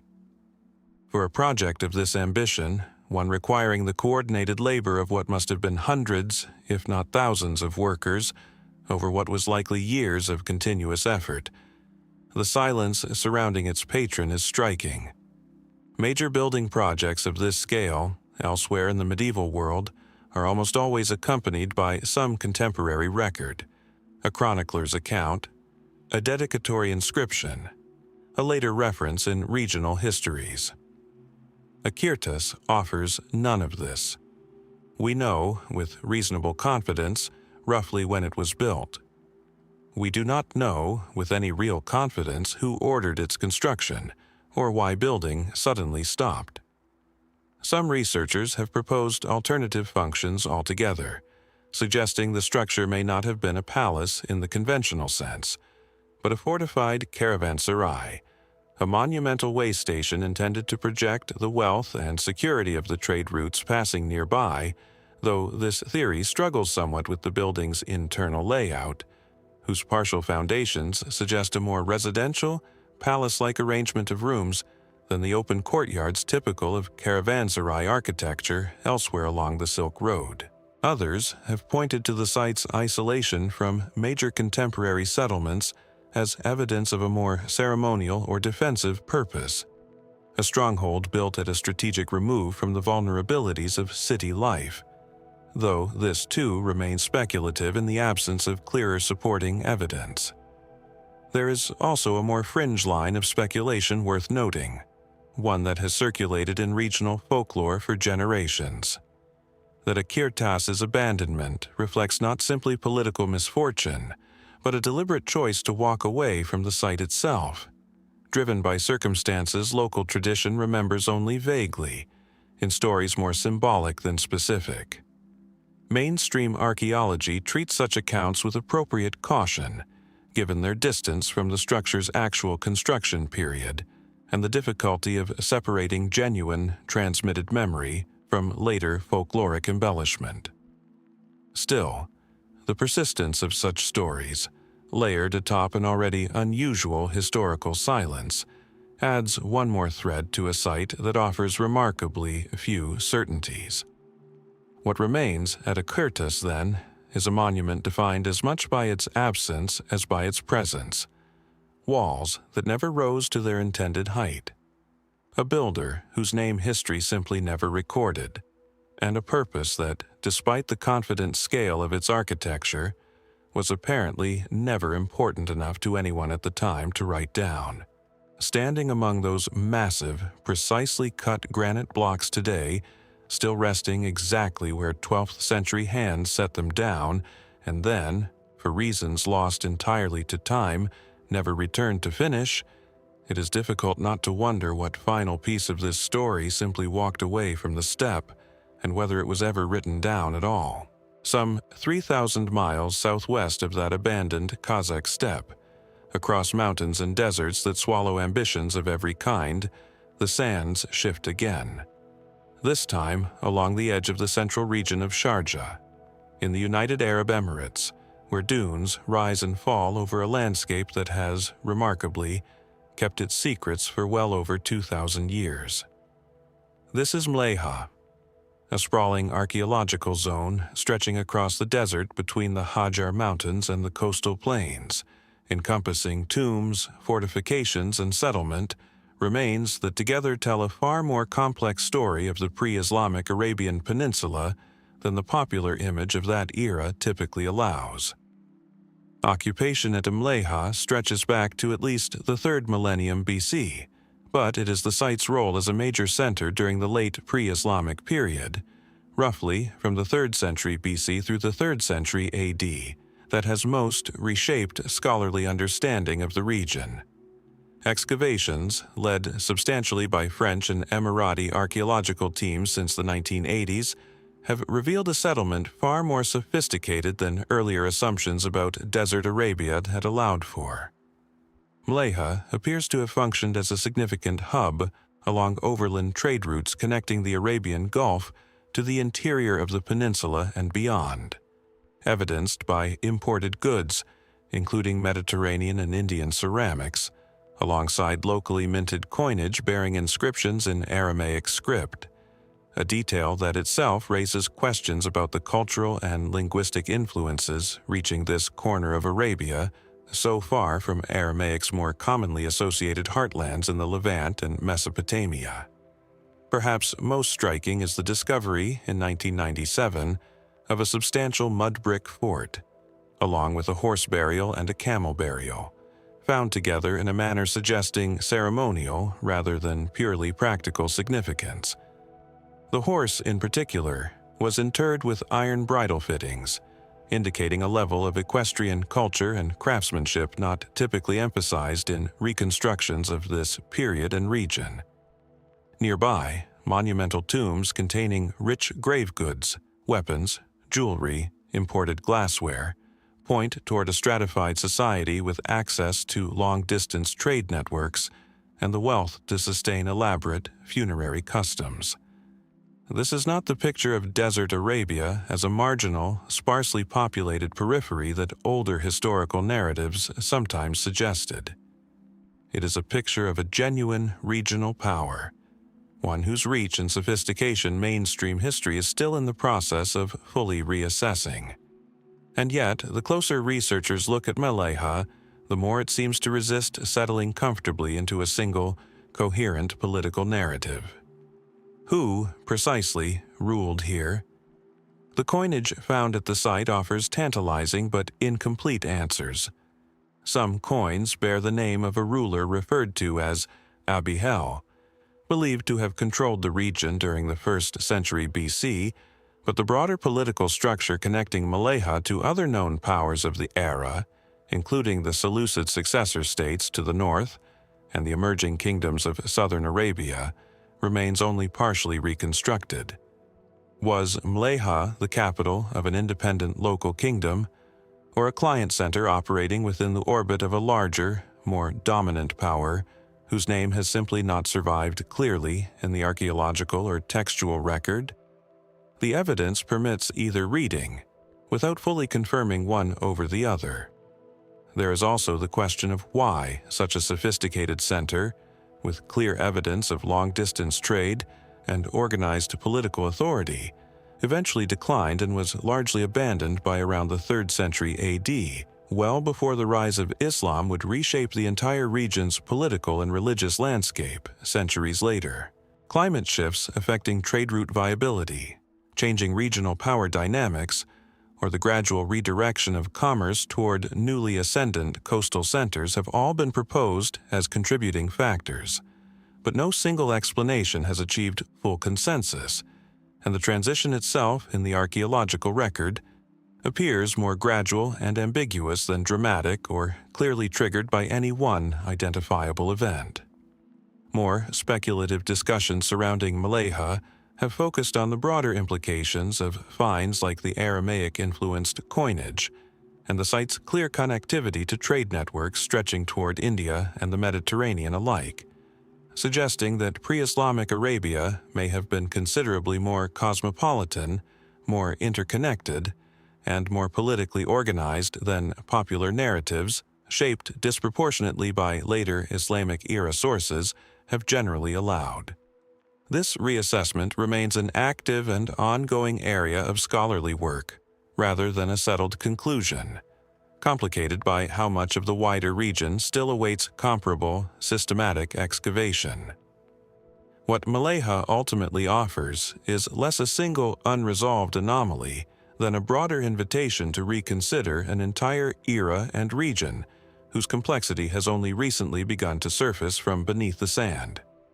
Its forts, its tombs, its coins bearing names we can only partially place within a political map still being redrawn, all suggest a civilization considerably richer than what survived of it in memory.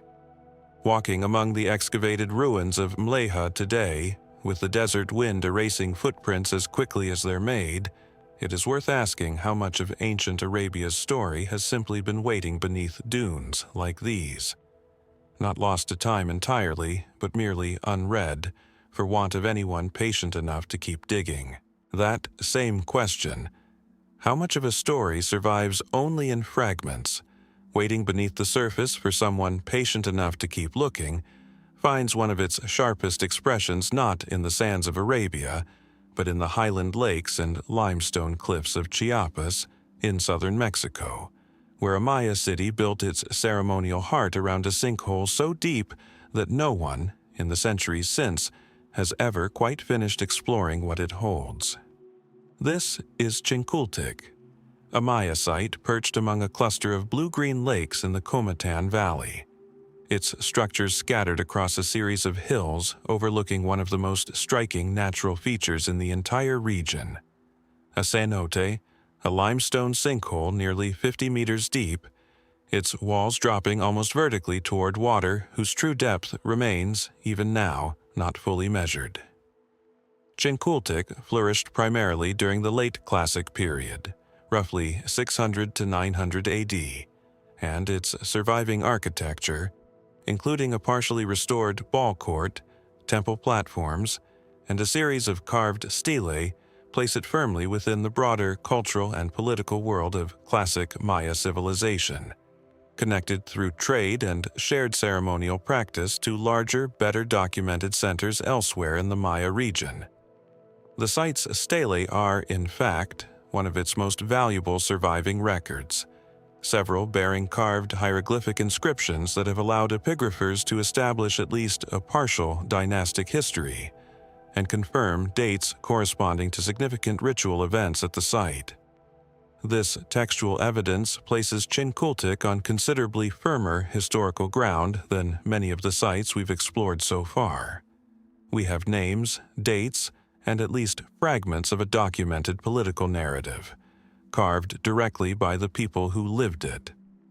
And yet, for all this clarity, Chincultic's defining mystery lies not in its temples or its inscriptions, but in the dark water at the base of that cenote. Cenotes held profound ritual significance across Maya civilization, understood widely as sacred portals connecting the human world to the underworld, Xibalba, and to the deities believed to inhabit it.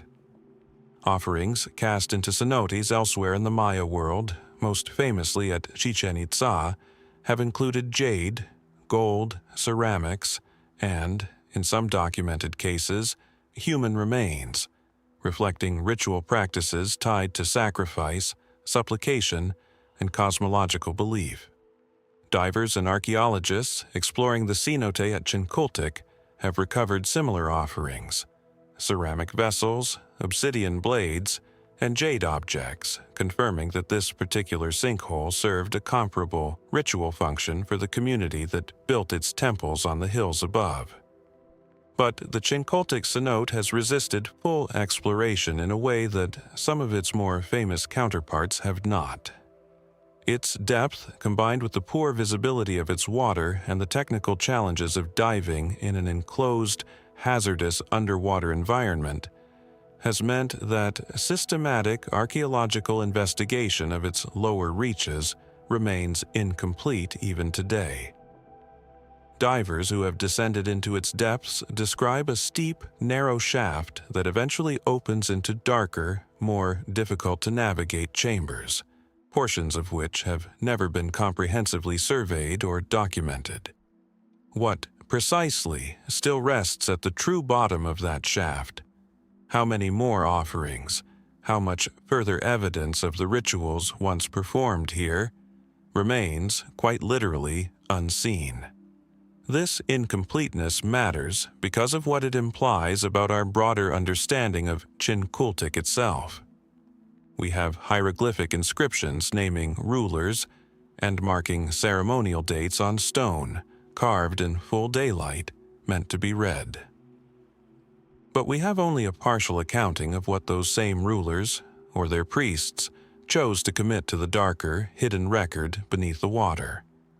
Offerings meant not to be read by future generations, but concealed, deliberately, from the living world entirely. 2 records exist at Chincooltic.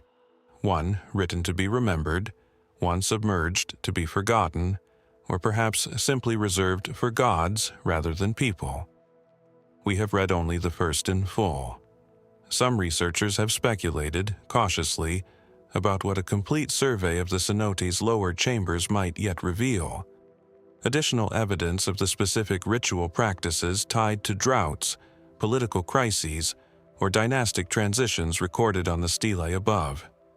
Moments when a Maya community facing hardship might have turned to the depths of the earth with more urgent offerings than pottery alone. This remains speculative, grounded in the broader pattern of Maya ritual practice elsewhere, rather than confirmed by direct evidence specific to Chincooltic. The cenote itself has simply not yet given up enough to say for certain. What Chincooltic ultimately preserves, then, is a rare kind of layered mystery, a site partially illuminated by its own carved words, and partially, deliberately, still submerged in water dark enough to have kept its own final chapter unread for over 1,000 years. Standing at the rim of that cenote today, looking down into water that reflects almost nothing back, it's difficult not to wonder exactly how much of Chincooltic's true history the builders themselves chose to keep hidden, and whether anyone will ever have the patience or the means to finally follow that record all the way down. Long before any cenote held its offerings, long before Dolmens temples rose along the Gulf coastline, there was a quieter beginning, one that left no carved stele, no jade, no gold. Only stone tools, sun-dried mud brick, and the patient accumulation of seasons lived in one place rather than many. This is Jarmo, a low mound rising from the foothills of the Zagros Mountains in northeastern Iraq, in the Kurdistan region near the modern town of Shemshamal. There is little here to impress the eye at first.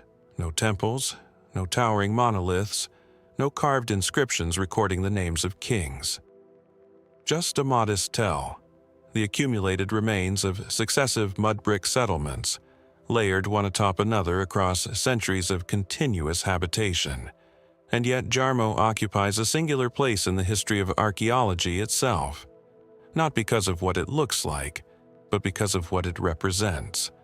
One of the earliest and most thoroughly documented sites of the agricultural revolution anywhere on Earth. Excavated primarily by American archaeologist Robert Braidwood beginning in the early 1950s, Jarmo has been dated to approximately 7,000 to 6,000 BC, placing it firmly within the Neolithic period, and more specifically, within the earliest stages of humanity's transition from hunting and gathering toward settled farming life. The site yielded early evidence of domesticated wheat and barley, along with domesticated goats, alongside stone tools, clay figurines, and some of the earliest known examples of pottery in the region. Braidwood's excavations at Jarmo were, in their time, foundational to establishing the broader scholarly understanding of how, when, and where agriculture first took root in the Fertile Crescent, a transition so consequential that it reshaped nearly every aspect of subsequent human civilization, from settlement patterns to social organization to the very concept of stored, ownable wealth. This alone secures Jarmo's importance. But what continues to draw quiet, sustained scholarly attention to the site is a set of smaller, stranger details embedded within its otherwise straightforward record of early farming life. Details that resist easy explanation even within a site this well studied. Consider the clay figurines recovered from Jarmo's layers, many depicting stylized female forms with exaggerated proportions, broadly similar to so-called Mother Goddess figurines found across numerous Neolithic sites throughout the Near East and southeastern Europe. Their widespread recurring presence across so many disconnected early farming communities raises a genuinely open question in archaeology. Were these figures the product of independently arising, parallel religious or symbolic traditions among separate agricultural societies confronting similar existential concerns: fertility, abundance, the uncertainty of a newly settled life dependent on unpredictable harvests? Or do they suggest a deeper, shared symbolic inheritance, transmitted somehow across a wider network of early Neolithic contact that our current evidence only partially traces? No consensus fully resolves this question, and Jarmo's figurines, modest as they are individually, form one small but persistent piece of that larger unresolved puzzle. There is also the matter of Jarmo's remarkable lack of monumental architecture, standing in curious contrast to its clear social and economic sophistication. Despite representing a community engaged in complex agricultural planning, domesticated animal husbandry, and early craft specialization, Jarmo's structures remain modest, domestic in scale, without any of the larger communal or ceremonial buildings found at some other early Neolithic sites, most famously at Göbekli Tepe, located not so distant to the northwest, whose massive carved stone enclosures predate Jarmo's earliest layers by well over 1,000 years.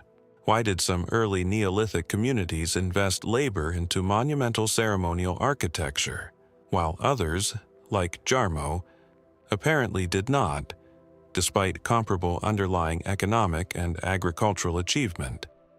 The answer may simply reflect differing cultural priorities between separate communities. But it also raises a quieter, more fundamental question archaeology still struggles to fully answer.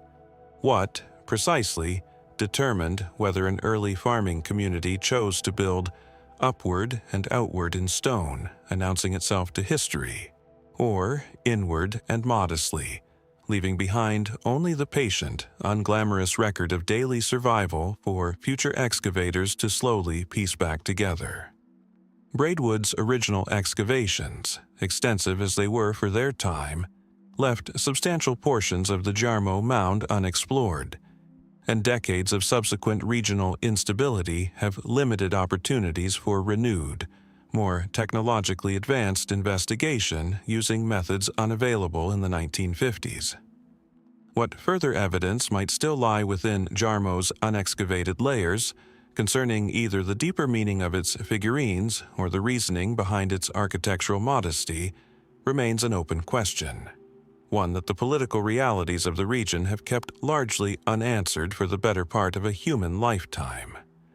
Standing on that quiet hillside in the Zagros foothills, listening to wind move across ground that once held some of humanity's very first deliberate harvests, it becomes difficult not to wonder how much of our own species' earliest turning point still rests, unread, beneath this unassuming mound, waiting, as it has for 9,000 years, for the world to grow calm enough and curious enough to finally dig deeper. Some 1,500 miles southeast of that quiet Iraqi mound, past the mountains and down toward the warm, shallow waters of the Arabian Gulf, another mound rises, this one not inland, but pressed directly against the sea on the northern coast of Bahrain, where nearly 5,000 years of continuous human habitation lie stacked beneath a single, unassuming hill.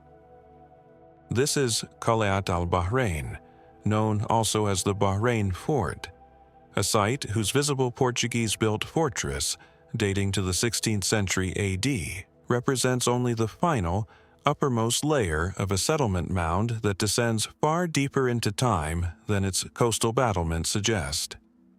Beneath that fort lies a stratified sequence of occupation stretching back to approximately 2300 BC, encompassing what archaeologists have identified as the ancient capital of Dolmens, a civilization mentioned repeatedly in Sumerian and later Mesopotamian texts as a distant, prosperous trading land, associated in some inscriptions with paradise itself, yet whose precise physical location remained a genuine archaeological puzzle for the better part of a century.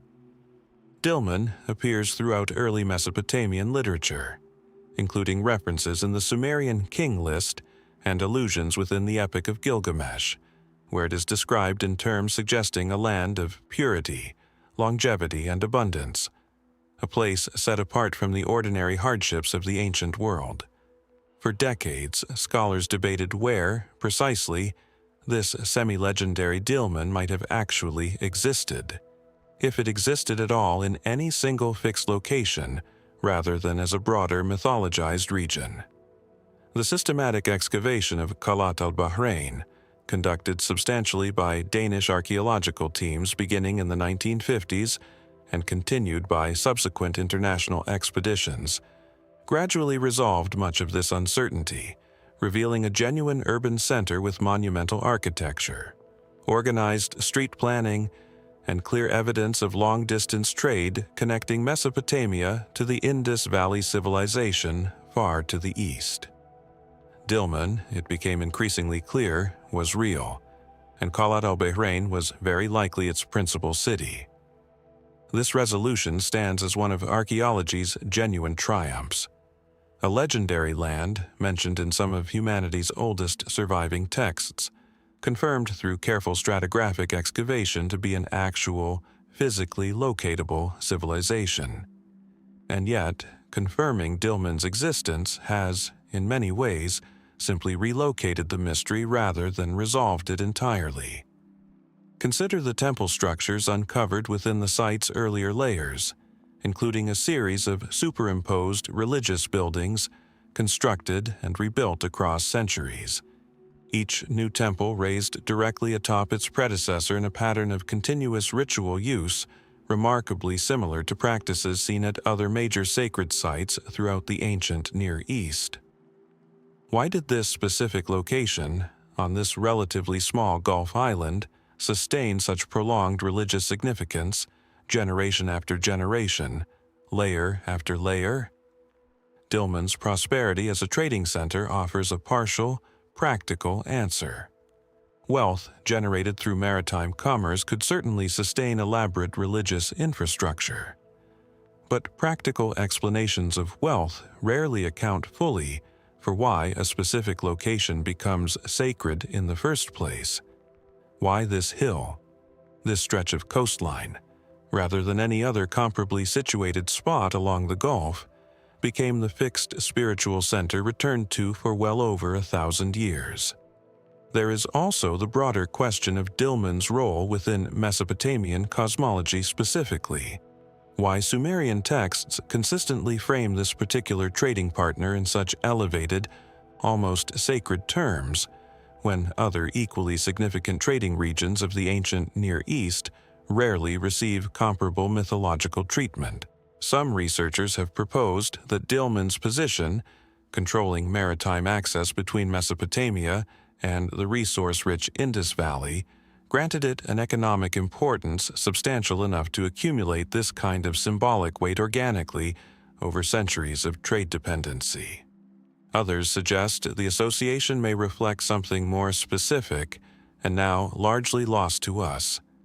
A particular religious tradition, perhaps concerning freshwater springs known to exist beneath Bahrain's coastal waters even in antiquity, a genuinely unusual natural feature that could plausibly have reinforced the island's reputation as a source of purity and abundance, independent of trade wealth alone. Both explanations remain plausible.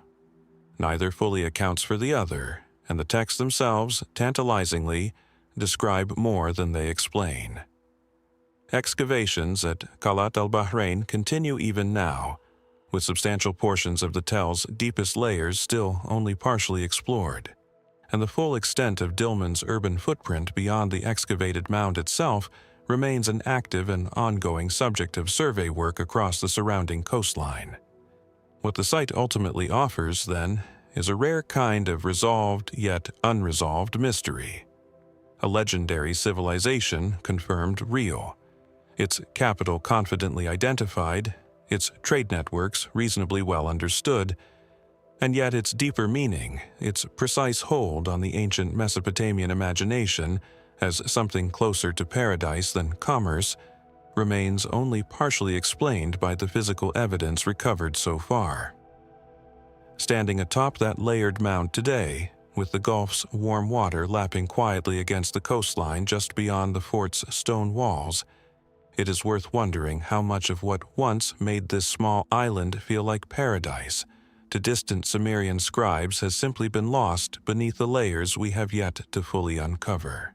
That same question, what made one particular stretch of land feel sacred enough to return to for 1,000 years, when trade wealth alone can't fully explain the pull, echoes again, far from any coastline, deep in the mountainous interior of Central Asia, where a river valley in northwestern Tajikistan cradled a civilization whose connections to the wider ancient world proved just as startling as Dolmens, and just as difficult to fully explain. This is Sarazm, a Bronze and Chalcolithic Age settlement located near the modern city of Panja Kent in the fertile Zarafshan Valley, hemmed in by the Pamir and Turkestan mountain ranges. Occupation at Sarazm has been dated from approximately 4000 to 2000 BC, making it one of the oldest known farming settlements in Central Asia, and its excavation beginning in the 1970s under Soviet and later Tajik archaeologists revealed something that few researchers expected to find so far from the established centers of early Near Eastern civilization. Clear, material evidence that this remote mountain valley was integrated into long-distance trade networks stretching outward in every direction, connecting it to Mesopotamia, the Indus Valley, and the mineral-rich regions of what is now Afghanistan and Iran. The evidence for this connectivity is concrete and substantial. Excavators uncovered lapis lazuli, likely sourced from Afghanistan's Badakhshan region, alongside turquoise, carnelian beads matching styles known from the Indus Valley, and metallurgical evidence indicating sophisticated bronze and copper working, including tools and ornaments requiring technical knowledge of alloying that implies genuine expertise rather than incidental discovery. Sarazm, it turns out, functioned as a crucial node in what researchers now understand as an extensive Bronze Age exchange network, linking mountain mining communities to the Great River Valley civilizations far to the south and west. Centuries before, comparable evidence of such extensive interconnection was traditionally assumed to exist this far into Central Asia's interior. Among the settlement's most striking discoveries is a set of monumental structures, interpreted by some archaeologists as temples or elite residences, along with the remarkably rich burial of a woman, sometimes referred to in scholarship as the Sarazm Princess, interred with an extraordinary quantity of beads, ornaments, and grave goods reflecting materials drawn from across this entire trade network. A single burial functioning almost as a physical map of Sarazm's astonishingly wide-reaching connections. This burial alone raises a question that resists easy resolution.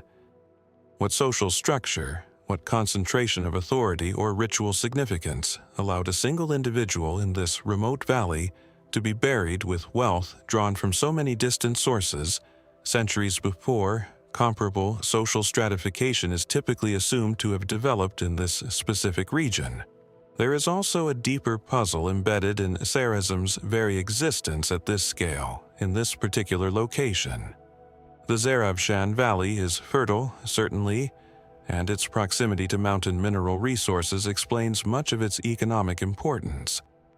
But sustaining a settlement sophisticated enough to serve as a genuine hub within a trade network spanning thousands of kilometers required more than favorable geography alone. It required organizational knowledge, established trade relationships, and a level of cross-cultural contact that implies far more traffic through this mountainous interior during this early period than the historical record from surrounding, better documented civilizations directly acknowledges. Mesopotamian and Indus Valley texts and artifacts hint at trade reaching toward the mountains, but rarely name or describe specific intermediary communities like Sarazm directly. The physical evidence at the site tells us this connectivity existed. The surviving texts of Sarazm's far more literate trading partners largely failed to describe it in any detail. Why would a civilization this deeply networked leave so faint an impression on the historical consciousness of the very cultures it traded with? Some researchers suggest this reflects the nature of intermediary trade communities generally, positioned between major powers, essential to the flow of goods, yet rarely significant enough politically or militarily to warrant sustained mention in the historical records of the civilizations they served. Others point to Sarrazam's eventual decline and abandonment around 2000 BC, possibly linked to shifting trade routes or environmental changes in the valley. As a further reason, its role faded from memory relatively quickly once its practical function within the network diminished. Neither explanation is unreasonable. Neither fully satisfies the strangeness of finding a community this sophisticated, this well-connected, so quietly absent from the broader narrative of Bronze Age civilization most historians have constructed. Sarrazam was designated a UNESCO World Heritage Site in 2010 in recognition of its significance to understanding early trans-regional exchange, yet substantial portions of the settlement remain unexcavated, and questions concerning its precise political organization, its relationship to other early Central Asian communities, and the true extent of its trading reach continue to be actively researched. Standing in that quiet valley today, surrounded by mountains that once funneled lapis lazuli and copper across a network spanning half of the ancient world, it is difficult not to wonder how many other such intermediary civilizations, essential yet unnamed, still wait somewhere between the lines of history's better-known stories, for someone to finally ask why they were never mentioned at all. That single burial in Sarrazam, holding within it beads and ornaments drawn from a network spanning thousands of kilometers. That same idea, a tomb functioning as a map of far-flung connections, reappears in a different form in the desert oasis of Al Ain, in the United Arab Emirates, where a cluster of monumental stone tombs still stands as testimony to a Bronze Age world stretching far beyond what this arid landscape alone could sustain. This is el-Hiri, the centerpiece of Al Ain's UNESCO-inscribed archaeological landscape, home to one of the most significant Bronze Age tomb complexes in the entire Arabian Peninsula.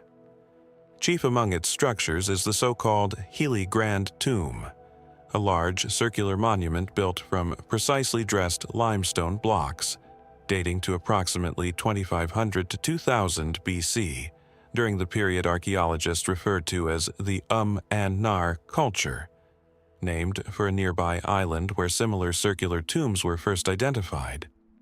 The tomb's entrance is flanked by carved reliefs depicting animals, including what appear to be oryx and possibly bulls, rendered with a level of stylistic confidence suggesting an established artistic tradition rather than an isolated experiment. What makes the el-Hiri tombs remarkable is not merely their architectural sophistication, though that alone is notable for a community living in what was, and remains, a genuinely challenging desert environment. It is what excavators found within and around these structures. Evidence of communal burial practices involving hundreds of individuals interred collectively over generations, alongside grave goods, including imported ceramics, beads, and metal objects tracing connections outward toward Mesopotamia, the Indus Valley, and Iran. An exchange network echoing, in miniature, the same kind of unexpected long-distance connectivity researchers have documented at Sarrazam, thousands of kilometers to the northeast, during roughly the same broad era of Bronze Age expansion. This raises an immediate and important question. How did a community in this arid interior of the Arabian Peninsula, lacking the obvious agricultural surplus of a great river valley civilization, sustain both the population and the trade relationships necessary to build monuments this substantial and maintain them across multiple centuries of continued use? Mainstream archaeology points to the An-Nar culture's sophisticated management of scarce water resources, evidenced by early foliage irrigation systems in the surrounding region, alongside a specialized economy built around copper extraction from the nearby Hajar Mountains, a resource highly sought after throughout the broader Bronze Age trading world. Copper, in this reading, functioned much as lapis lazuli did for Sarazm, a scarce, valuable resource transforming an otherwise marginal environment into an essential node within a much larger economic web. This explanation accounts for much, but not quite everything. The scale of communal burial practiced at Hili, tombs designed explicitly to hold not a single elite individual, but successive generations of an entire community, layered together over centuries, suggests a social structure organized around collective identity and continuity in a way that differs meaningfully from the more individually stratified burial patterns, like Sarazm's richly adorned single burial, found elsewhere along the same broad trading network. Why would communities engaged in comparable long-distance trade, drawing on similarly exotic imported materials, develop such different approaches to honoring their dead? Some researchers propose this reflects differing social organization entirely. Perhaps Hili's community structured authority more collectively, through kinship or tribal affiliation, rather than through the kind of individual elite status that a single richly furnished burial, like the one found at Sarazm, more clearly implies. There is also the puzzle of the carved animal reliefs themselves, whose specific symbolic meaning remains genuinely open to interpretation. Are the oryx and bull-like figures totemic representations tied to specific lineage groups using the tomb, apotropaic images meant to protect the dead, or reflections of a broader regional religious symbolism whose fuller context has simply not survived in any written form from this specific community? Without accompanying texts, and with comparable imagery from the wider and Nar cultural sphere still only partially catalogued and cross-referenced, definitive interpretation remains elusive, resting more on informed inference than confirmed certainty. Excavations across the greater Hili archaeological zone continue, with researchers still working to more fully map the relationship between the tomb complex, the surrounding settlement remains, and the broader irrigation and agricultural systems that presumably supported this community across multiple centuries of sustained activity. How large was this population at its height? How did authority pass between generations within a burial tradition seemingly built around the collective rather than the individual? These questions remain active subjects of ongoing archaeological inquiry rather than settled conclusions. Standing before the carved facade of the Hili Grand Tomb today, its ancient reliefs still faintly visible after 4,000 years of desert wind, it is difficult not to wonder what unspoken agreement bound so many generations of this community together beneath a single stone roof, and how much more of that shared identity, once carried openly through trade routes stretching toward distant, half-forgotten partners, still waits quietly within tombs like this one for someone to finally translate its silence into a fuller story.